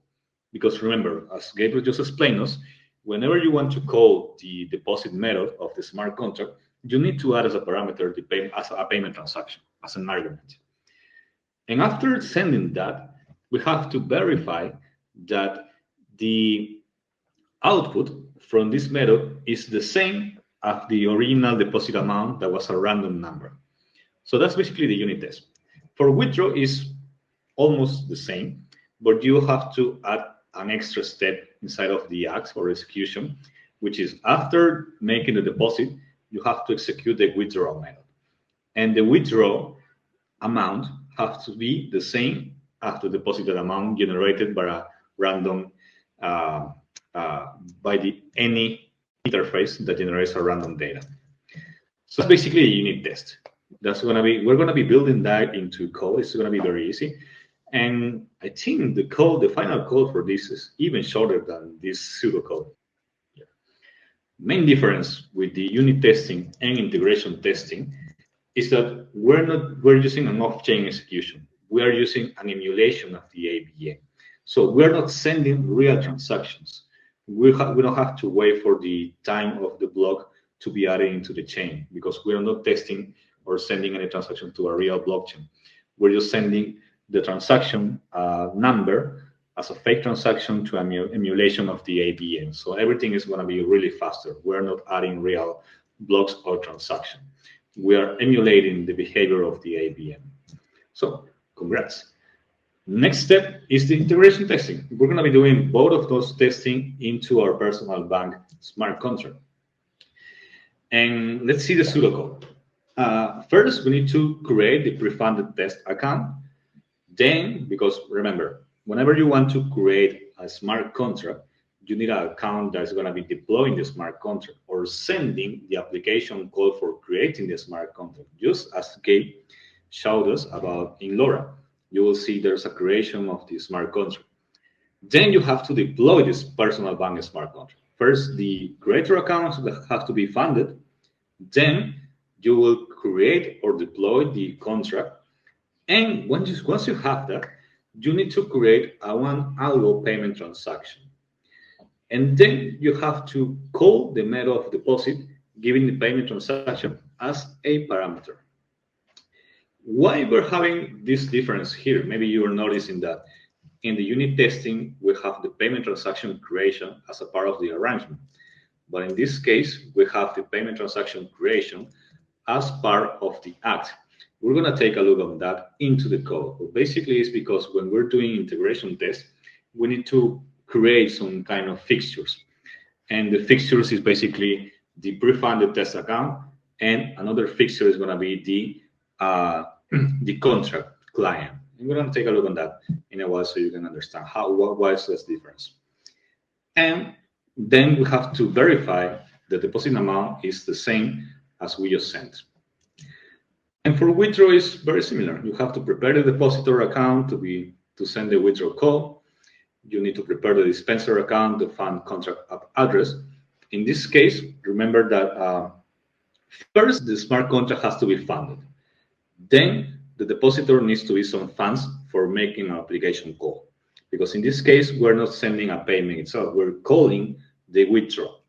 And you have to ensure that the contract has enough balance to pay the fees, because the smart contract, whenever you call the withdraw method, you're saying, hey, smart contract, give me my money back. And the smart contract needs to make an inner transaction. And the smart contract needs to pay for the inner transaction itself. So in case by default, the smart contract is going to pay it. Then you have to call the deposit method. Then you have to call the withdraw method. You have to pass the transaction parameters. And after that, if you want to, we're going to be taking a look at how to cover inner transaction fees. Usually, and by default, as I mentioned, the smart contract has to pay the inner transaction. But if you want to, you can cover, or you as a user that you are calling the smart contract, you can pay for that inner transaction fee if you want to. After that, you have to verify that the withdraw operation have the same output as you are expecting. This is the code. It's the same project that Gabe just showed you. Difference is I'm going to be showing the testing part. First, let's try something so you can see that I'm not lying. So as I mentioned, unit testing doesn't create real transaction. Integration testing send real transaction.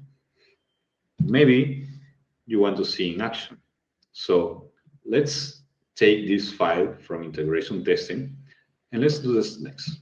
Let's make AlgoKit Boost project run test. Remember, in LoRa we have the last block, which is 24. Let's run the tests, all of the tests. This AlgoKit project run test command includes the unit testing and also includes the integration testing. Once we're done with this one, let's wait for a couple of seconds. It's going to be executing both of the testing. There it is. You will find out we have 4 more new blocks. We have now 28 blocks. And if we comment all of the integration tests, and now we execute AlgoKit project run test,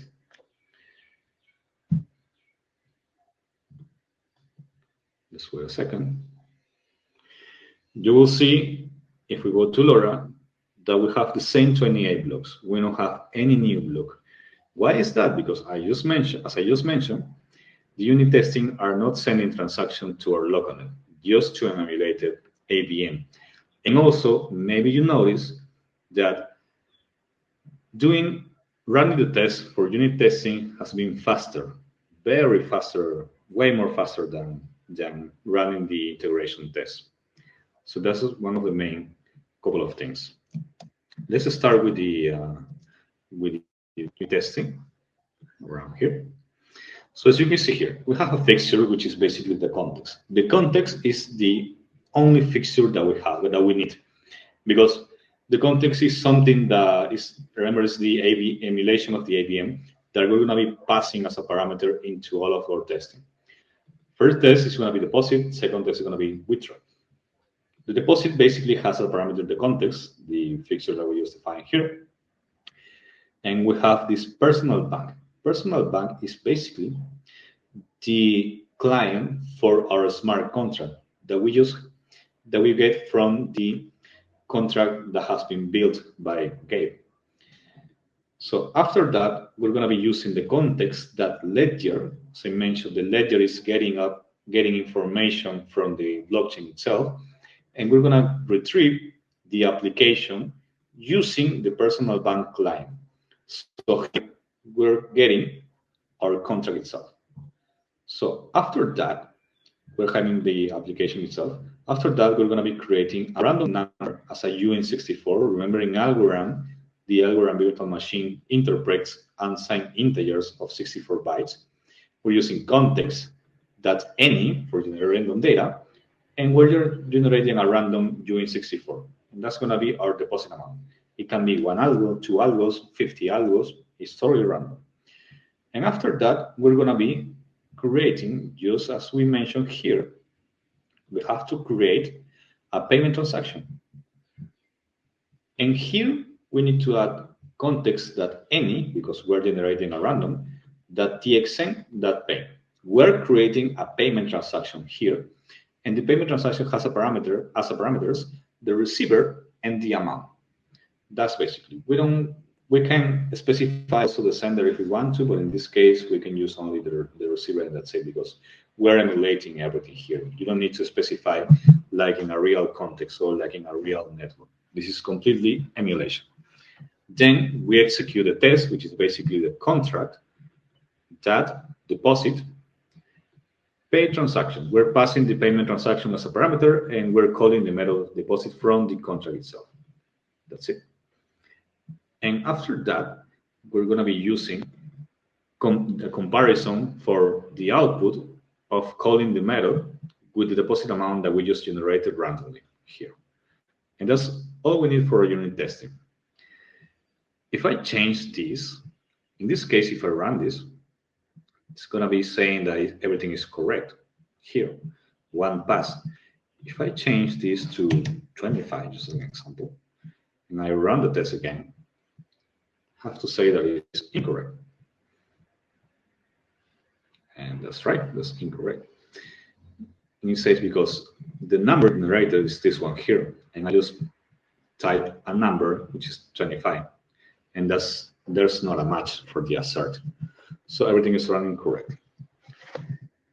And for the withdraw, it's going to be almost the same, with the main difference that we're going to be using the contract of withdraw, because after sending the deposit, we have to make a withdraw. And the assert is going to be comparing that the output is the same amount from the withdraw, it's the same amount that we just generated randomly. We run this, we're going to have everything correct. And as you can see there, the test just passed. Now let's go with the integration test. And the difference here is that we have some different fixtures. Whenever we do unit testing, all of the unit testing are completely isolated. As you can see here, you maybe notice that I'm doing these steps, I'm repeating these steps in every unit test, basically. That's because this unit test will not communicate with this one, and it's not, the unit test is not storing persistent data into a blockchain, because every time you run a unit test, we'll create some data for an emulation of the APM, and that data won't be persistent. It's only be living during the execution of the testing. So it's not possible to pass data from one test to another. When you're creating integration tests, you are creating a smart contract in the blockchain as a persistent way. So if you run one test that creates a contract and you execute another test, that second test can use the contract that is already deployed into your blockchain, into your local. That's why we don't need to repeat every step for every test, because we're creating persistent data and persistent objects into our ledger. But something we need to create is the fixtures or the preconditions or the arrangement. We need to create a deployer. The deployer is basically the account that is going to be sending or creating the application. In this case, we're getting any account from the environment, and we're calling it deployer. And we're going to be making sure that this account is going to be funded. So we're going to be sending some balance from the Algo. And we're creating an account. This account is going to be creating the application. And then we're going to be creating the depositor. Depositor is another account that we're creating using the Algorand client, that account. We're calling it depositor. And also we're sending some balance, 10 algos. The depositor is going to be the user that's going to be sending algos to our contract using the method deposit. And then we need the application client. The application client is just like this contract that deposit. It's the same, but in this case, we're using AlgoKit Utils, as you can see here. In the unit testing, we're using AlgoPy testing. That's one of the main differences. That's why maybe you will see here a different way of creating a payment transaction, because we're using AlgoKit Utils. And that's why I mentioned, doing unit testing is not like the real code that you will use when you execute or call your real smart contract. But when you create integration tests, you will be using AlgoKit Utils, and those scripts that you're creating, you will be reusing them for creating your real interface or your real client for calling and interacting with your smart contract. So that's one of the main differences I mentioned. You can start with unit, then integration, then local testnet, and then go to mainnet. So if you follow those steps, you can ensure that your project is going to be doing the things correctly, just as expected. So personal bank client, basically application client, you need to create an Algorand, you need to pass the Algorand client as a parameter, and you're going to be using a factory method for creating your smart contracts. Basically here we're creating a client, and this client is going to be creating a smart contract as a better creation. We're calling here a creation parameter with common application code. And then we're going to be using the dispenser. Dispenser is basically is a local net account that we have into our local machine, into our local network, that has a lot of money, or a lot of token for sending or for funding any other account. So we're going to be using the insured funded from the account, and we're going to be sending one algo from the dispenser account to the app address. This app address is basically the address that the application has. Just as Gabe mentioned in the first section, every application, every smart contract has an address, and it can send transaction or can receive money. Once we have this, we just need to execute the testing. For the testing, we need to create the payment transaction here. Pay transaction, Algorand client that create transaction. As you can see here, this is very different from the unit testing. Remember, because we're using here AlgoPy testing, and here we're using AlgoKit Utils. So there are different libraries. You add your parameters, and here you are creating the transaction, not sending, just creating the transaction. And then you will send a transaction, which is an application call, calling the method deposit. Here, you're using the Algorand client because you're creating transaction that is going to be straight to the blockchain. And in this case, you're using the application client because you're going to be calling a method from the application. The argument is going to be the pay transaction, and you're going to be sending some extra fee for covering any other fees. And that's it. You have to, in this case, we need to compare that the output of the transaction will be 1 million. And why 1 million? Because here we're comparing micro algos. 1 million micro algos is the same as one algo.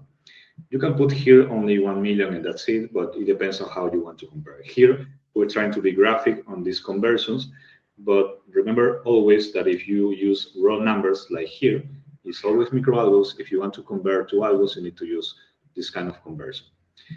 And for the other test, it's going to be the same. Withdraw, but the difference is going to be that we are covering here the fees for the inner transactions, and we're going to be sending here that the application call is going to be covering the inner transactions fees. Let's run this, and let me just show you how you can see this into LoRa, but it's going to be almost the same. We're going to be returning 1 million micro algo, which is the money, because in this case, we just sent one algo here. But if I run this test isolated without sending this one here, we'll see that it will fail, because I need to send first this testing, because this test is going to be sending one algo to the smart contract, and then we're going to be retrieving that algo with the withdraw. So as I mentioned, when you're doing integration tests, you are playing with persistent data and persistent objects because you're sending it to the blockchain itself. After this test is completed, our application will have one algo into the address. Let's wait for a minute for this.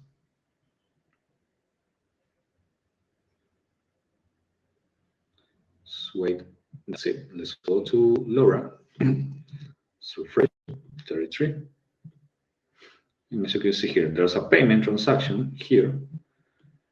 It's a payment transaction of one algo for the receiver. This receiver is basically the account of one application or our application. And if we go to the next one, and if we execute it now this test should be successful because the address already has one algo, which is this one here. You can learn more about architecture, Algorand standard assets, MBR, everything that you just learn here is completely available into our Algorand dev portal, which is dev.algorand.co. Today, you just learn why Algorand is a blockchain, what are the main capabilities from Algorand to create a smart contract. You'll learn how to build smart contracts, how to test smart contracts, how to call a smart contract, how to interact with the network using AlgoKit. And also you learn a little bit about how the personal bank project is working. You can download this personal bank project here from this link, All of the slides are going to be shared with you. Maybe, Gabe, can you help me sharing the link for the slides? Inside of the slides, you will be finding in this in that section all of the resources.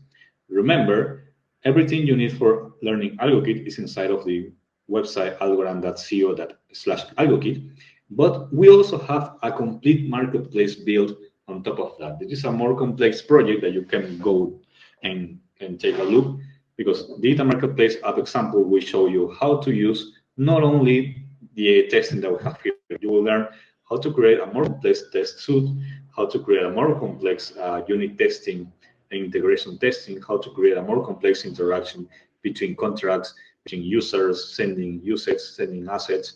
You can learn a couple of extra concepts over there. And remember, whenever you have a question, maybe if you have any extra question from today, from the workshop that you just watched, or anything you're learning, all of the tutorial team is already on the Discord channel. So you can go to the Discord channel and you can learn more about us. You can learn more about what is happening inside of every method, every transaction, and you can interact with the whole community. Always the community is always happy to share experiences, to teach you how to build projects, inspire you for your application, and also help you with any issue that you may encounter during your journey learning Algorand. And also, we have a fun homework. If you want a certificate of completion, you need to deploy an Algorand application to test. So inside of the slides, you will find all of the steps for doing this. You just need to push your repo into a public GitHub repo, and with a file called workshop.submission.txt. With that in mind, you will be able to submit the link into the assignment submission form, and you will be participating into the certificate of completion for getting as a form of NFT. And maybe you will be able to win some prizes. So remember, you just need to your application to the Algorand testnet, use the personal bank example or any other application that you will be creating, and just send it into a public repo. That's it. As I mentioned, we just learned here how to interact with the local net, but sending an application to testnet is very easy, and AlgoKit makes it very easy. Just go to the documentation, go to developer.algorand.co, and you will find all of these tests for interacting with testnet. There's a couple of extra lines you have to change, but everything can be really easy. If you have any question, any issue, if you have any blockings, you can go to Discord and find out how to create this application, how to send this application to testnet. Gabe, do you wanna give some extra closure comments or something before sending the feedback survey? Yeah, for sure. Well, I guess I'd like to, just thank you everyone for joining. I hope you guys learned a lot. Like we mentioned, we have a Discord channel where we're happy to help you guys out as you're sort of exploring this stuff on your own. And I would definitely encourage you guys to check out the developer documentation, because we have like a bunch of code examples that show you how to do a lot of this stuff, both in Python and TypeScript. Yeah, check out the docs, try building some stuff yourself, and come hang out with us in the Discord if you run into any problems or just want to chat with some of the developers on Algorand. And if you could fill out the survey, that'd be super helpful for us. We're just asking you a few questions about how the workshop went, and your answers will help us inform how we can improve it in the future. So it'd be greatly appreciated. But yeah, thank you, everyone. And that's it. Thank you so much for joining. It's been a long journey, 4 hours. So I really appreciate your time, appreciate your efforts, and your enthusiasm to learn how to create blockchain application and how to build on top of Algorand. So thank you so much. We'll see you soon on Discord or any other workshop from the community. Remember, there's another workshop on TypeScript. Thank you. So enjoy your day. Cheers. Bye. Thank you, everyone. Thank you, Everett.